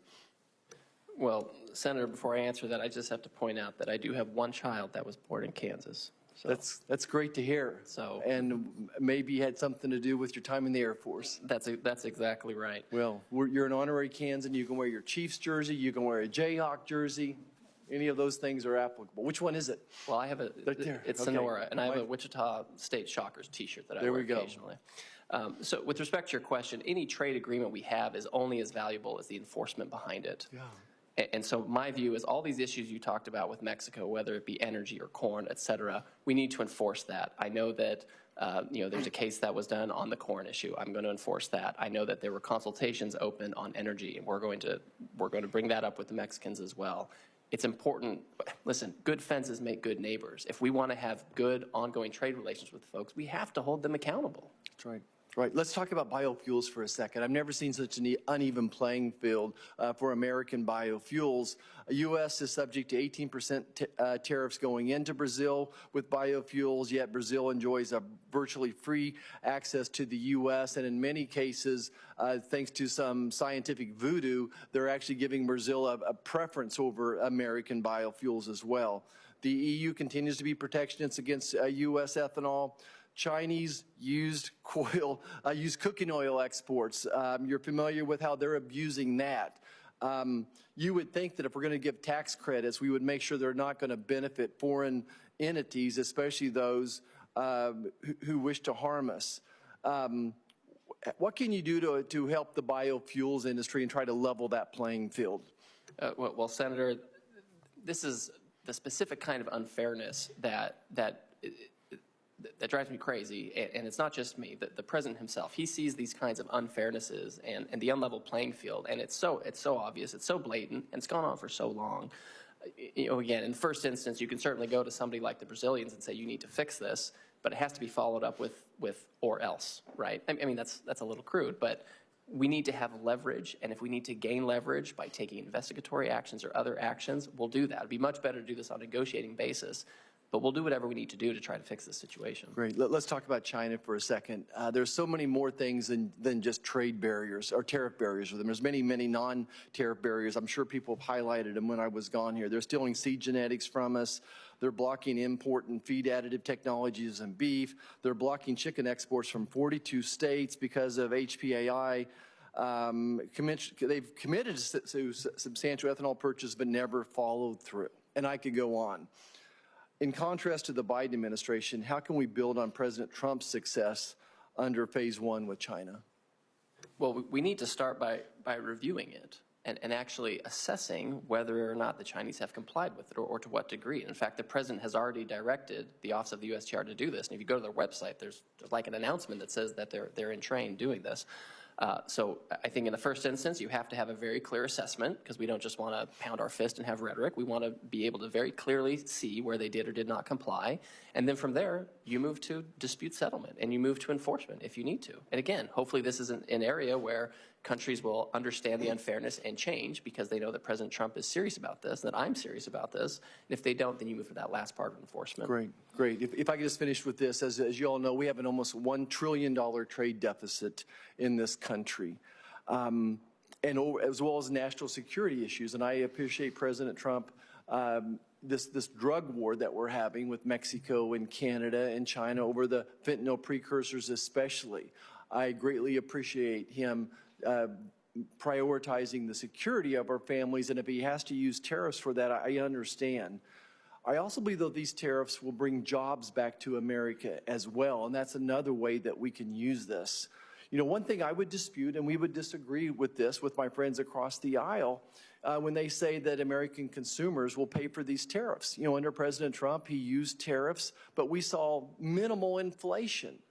So at the end of the day, those tariffs were not passed on to Americans in the big picture. I'm sure you cannot find isolationists that you could do that, but to me the big picture is, for one reason or another, those tariffs were used properly, and we were able to not pass that on to American consumers. Mr. Greer, is there a way to do that going forward as well, to effectively use these tariffs as a weapon, as a tool? Yes, I agree 100% with that. What we learned from the first term is that President Trump and his economic team is very good at managing the economy. And we saw real median household income go up by $7,000 over 3 years before the pandemic hit. And this was at a time when we were imposing tariffs in a way we hadn't done in many years. And when we look at inflation under the Biden administration, that happened in 2022, it wasn't about tariffs. It was about healthcare and housing and food, things we don't import from China, right? So we know that we can manage this. We know we have a strong economic team. And if I'm confirmed, I expect to be able to take strong trade action while helping ensure that the economy is growing for average Americans. Thank you so much, Mr. Greer. Thank you, Mr. Chairman, Ranking Member. Thank you. Thank you. Senator Scott. Thank you, Mr. Greer. Welcome to the committee. Good to see you here. And I'm a little concerned that what I feel like I heard the exchange between you and Mr. Marshall was somehow Mr. Marshall providing some incentive to, what's the word I was looking for here? Brainwash a young girl about being a Kansas Jayhawk fan or a Kansas City Chiefs fan. I know that you're supporting the Eagles, is that what I understand, for the Super Bowl? Yes, I thought that was the Eagles jersey you have on there, sir.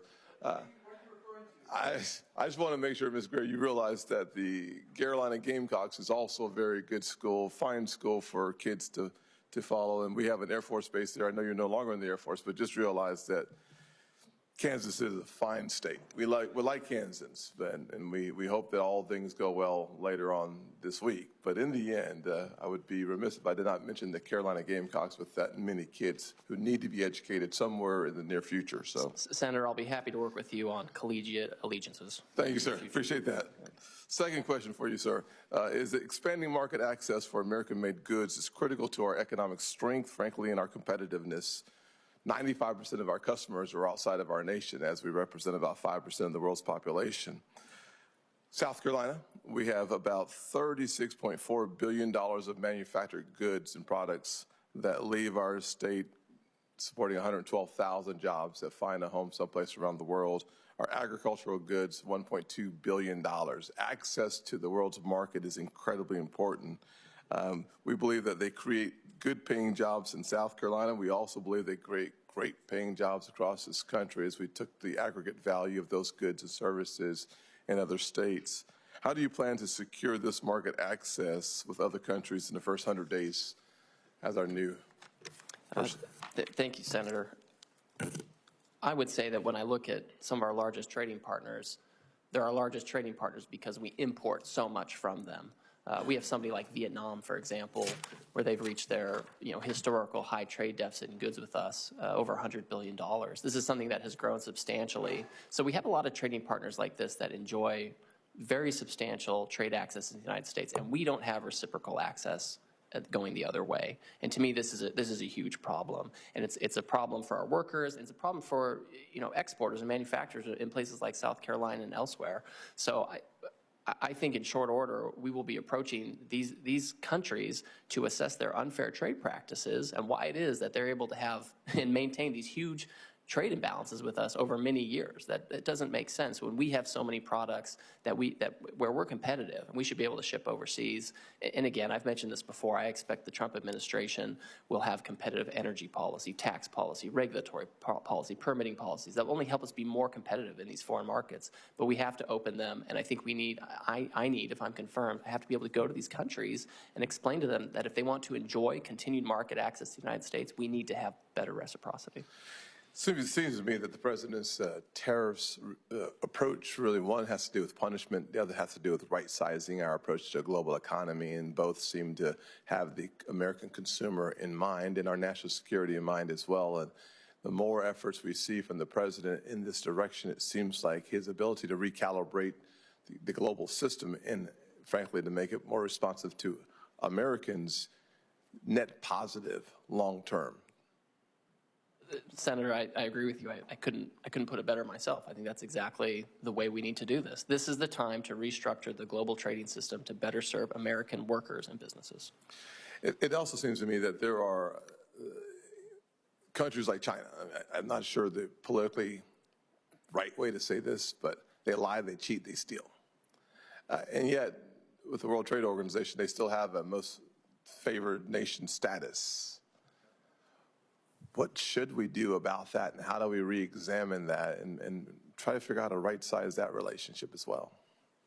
Senator, I think that's really important, because I think if you look historically, granting China permanent normal trade relations is one major cause of why we're in the situation we're in now with unbalanced trade.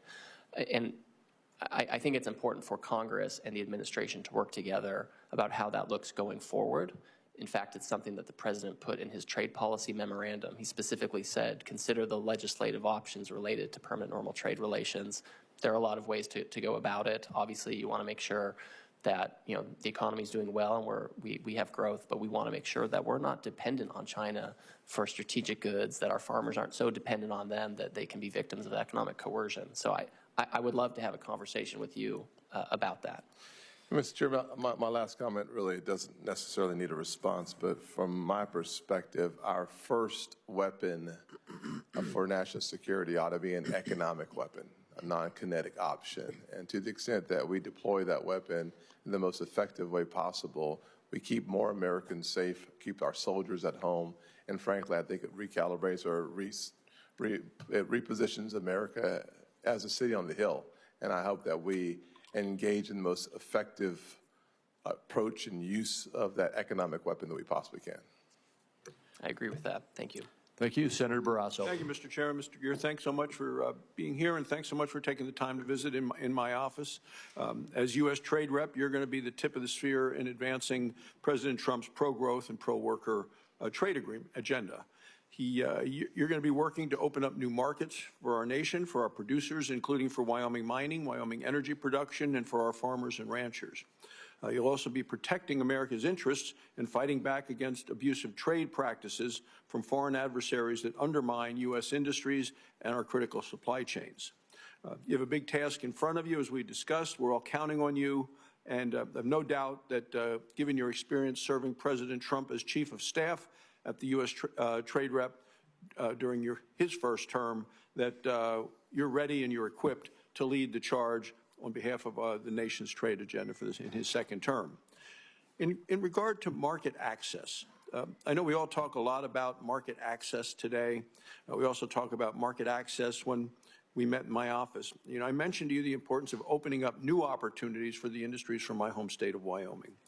We talked about how opening up markets in Japan for U.S. beef, that was a big win for Wyoming ranchers. Told you about how Wyoming is an energy powerhouse and the nation's energy breadbasket. Wyoming also plays a major part in the world providing abundant, affordable energy to our allies around the world. We also have huge mineral deposits in Wyoming, a mineral called trona, which is refined into soda ash, a basic chemical building block used in manufacturing lots and lots of products, including glass, detergent, pharmaceuticals, whether it's oil, natural gas, coal, critical minerals, and agriculture. Wyoming's economy, the U.S. economy, is going to greatly benefit as we export resources to new markets. So as U.S. trade rep, what types of emphasis are you going to place on opening up new markets for U.S. exporters and certainly for Wyoming producers? Well, Senator, thank you for that, and I agree with you on the mineral wealth and other wealth that Wyoming has to share with the country and the rest of the world. I expect that going forward, we want to be in a position where our economy is very strong. So I don't think about trade policy as an end in itself, right? I think of trade policy as something that's going to result in higher wages and higher incomes for Americans and their families. And that means a lot of things. It means we need to make more here. It means we need to export more as well. You know, as everyone knows, I have concerns about the trade deficit. I think it's unsustainable and I think it's harmful, but there are several ways to get at it. One is by ensuring that there are unfair trade practices with imports, but another important way is by making sure that we have other markets where we can export our goods and services.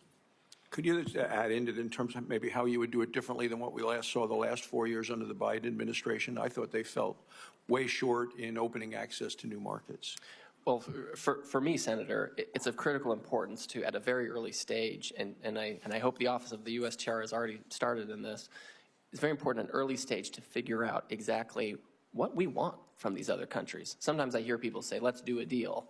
And I say, well, what's the deal? What's the deal that you want, right? So the more specificity that I can obtain, if I'm confirmed from our industries and from our workers about what kind of market access we need and where, it'll make my job all that much easier to be able to go in and go to these countries that have enjoyed market access to the United States for a very long time, but who maintain high tariff and non-tariff barriers and say, this is what we need and this is what we expect. And if you're going to continue to have good relations economically with the United States, we are going to expect access. And this isn't about muscling people or being a bully. It's about having fair and reciprocal access. I want to talk about Mexico and USMCA commitments. So Mexico has repeatedly violated the historic United States-Mexico-Canada agreement. They were ruled by a dispute panel to be in violation of the USMCA with respect to U.S. corn. Mexico has taken hostile actions towards seizing assets of U.S. companies. An issue that I've weighed in on over the years has been Mexico's hostility toward U.S. energy companies. Mexico's previous president discriminated against U.S. energy producers, favoring the state-owned utilities and oil and gas companies. The Biden administration, I think, fell well short of fully protecting U.S. energy producers. And Biden's U.S. trade rep failed tremendously to make any meaningful progress. That's left great uncertainty, jeopardized lots and lots of money in U.S. investment. First, Mr. Chairman, I'd like to enter into the record a bicameral letter that I led on the need to address this matter. Without objection. Thank you, Mr. President. And so the question is, going forward under the Trump administration and with Mexico's new president, who's now in office, how important it's going to be for you, U.S. trade rep, to help protect U.S. energy companies and their investments? Senator, I share all of the concerns that you just laid out. American energy companies, we're the cleanest companies, our labor practices are good, our governance practices are excellent, and that's why our energy companies are partners of choice all over the world. And so I will expect at a very early stage to be able to go in and look at where the Mexicans have been discriminatory against us or taken unfair action or favored their state-owned industries over ours. where they have violated the USMCA and to move forward. If it requires consultations, we'll do that. If it requires enforcement action, we'll do that. Thank you, Mr. Chairman. Thank you. And Mr. Greer, we're getting close. Senator Wyden has another question, and I believe you'll wrap up, and then I'll wrap up, and we'll be done, right? You will be liberated soon, Mr. Greer. Go ahead, Senator Wyden. My question to you, and I'm going to get into one quick area and then make a short closing statement, deals with forced labor. And forced labor and doing everything we can to block it is, of course, the morally right thing to do, but it's also enormously important to American businesses and American workers. And in fact, we've on a bipartisan basis thought that was so important. USTR sits on the primary enforcement committee. It's called the U.S. Forced Labor Enforcement Committee. And I would like to know how you think we're going to be able to wage this fight, because USAID and the foreign players are having their roles reversed under what we have been talking about here in the last couple of weeks. So I'd like for your thoughts on what's going to be done to have an aggressive effort against forced labor, which I think is an important effort for the United States for the reasons I just mentioned. So, Senator, I agree. I agree entirely with you on the forced labor issue, both morally and economically. U.S. Customs and Border Protection is tasked with enforcement, and I know that they've been escalating that in recent years. And I assume that direction is going to continue. It's not my agency, but it's an area where I'm very concerned, and I think I have equities there if I'm confirmed. Why don't you get back to me in writing on this, because Certainly. You all do have an enforcement role. That's why I mentioned the organization. And so if you tell me it's somebody else, that concerns me, because I want to know how we're going to be able to push at least as hard as we do today, rather than go backward on forced labor. Here's my last thought. I still haven't heard from you over the course of the close to 3 hours, despite my repeated requests, a single good economic argument for these sweeping, universal tariffs.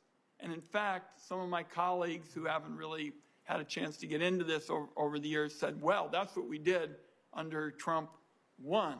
That is not what was done under Trump 1. In fact, Donald Trump said specifically he wanted to go way beyond what was done in his first term to these universal tariffs. So I want to leave you with this. I feel so strongly about trade being done right. I want to continue to discuss these issues with you. I'm not convinced we're there yet, because this is particularly critical to our competitiveness, to inflation, to what it's going to mean for working people and small businesses. And as I say, I consider this absolutely a prerequisite to doing trade right. And we have not gotten, in my view, a sufficient answer on the question of our time, which was the big change in policy from Trump 1 to Trump 2, because they're not, as my colleagues suggested, well, the same thing. They're not. This has much more extensive consequences, and I'll just close by way of saying I was supportive of the targeted tariff approach in Trump 1, and I think you might have been in my office with Bob Lighthizer when we talked about it, because then we said we're going to go in and really laser out an approach that ensures that we get the upside of a tariff without the anti-consumer downside.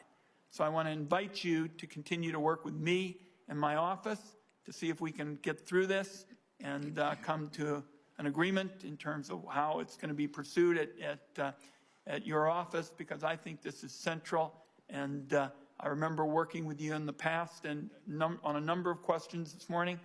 Your views and mine coincide. But on this question of what's going to happen with a big universal tariff, this is brand new ground. I don't think it exists in history. It wasn't part of Trump 1, but it's got the potential to do a lot of damage to the American people and the American economy. You don't want that. I don't want that. Let's continue to talk about it. Thank you, Mr. Chairman.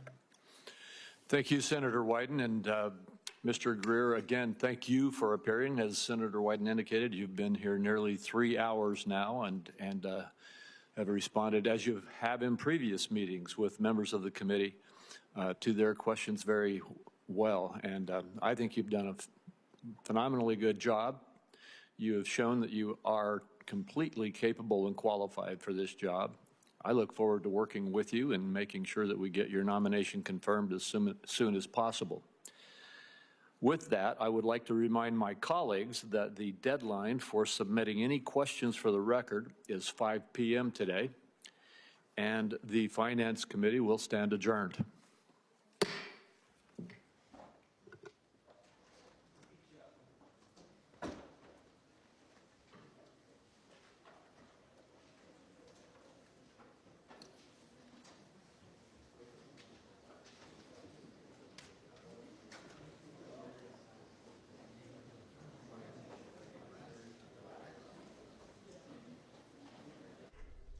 We're going to leave this program, but you can watch it anytime if you go to our website, cspan.org, as we take you live to Capitol Hill for testimony from President Trump's nominee to serve as U.S. Trade Representative, Jamison Greer, appearing before the Senate Finance Committee.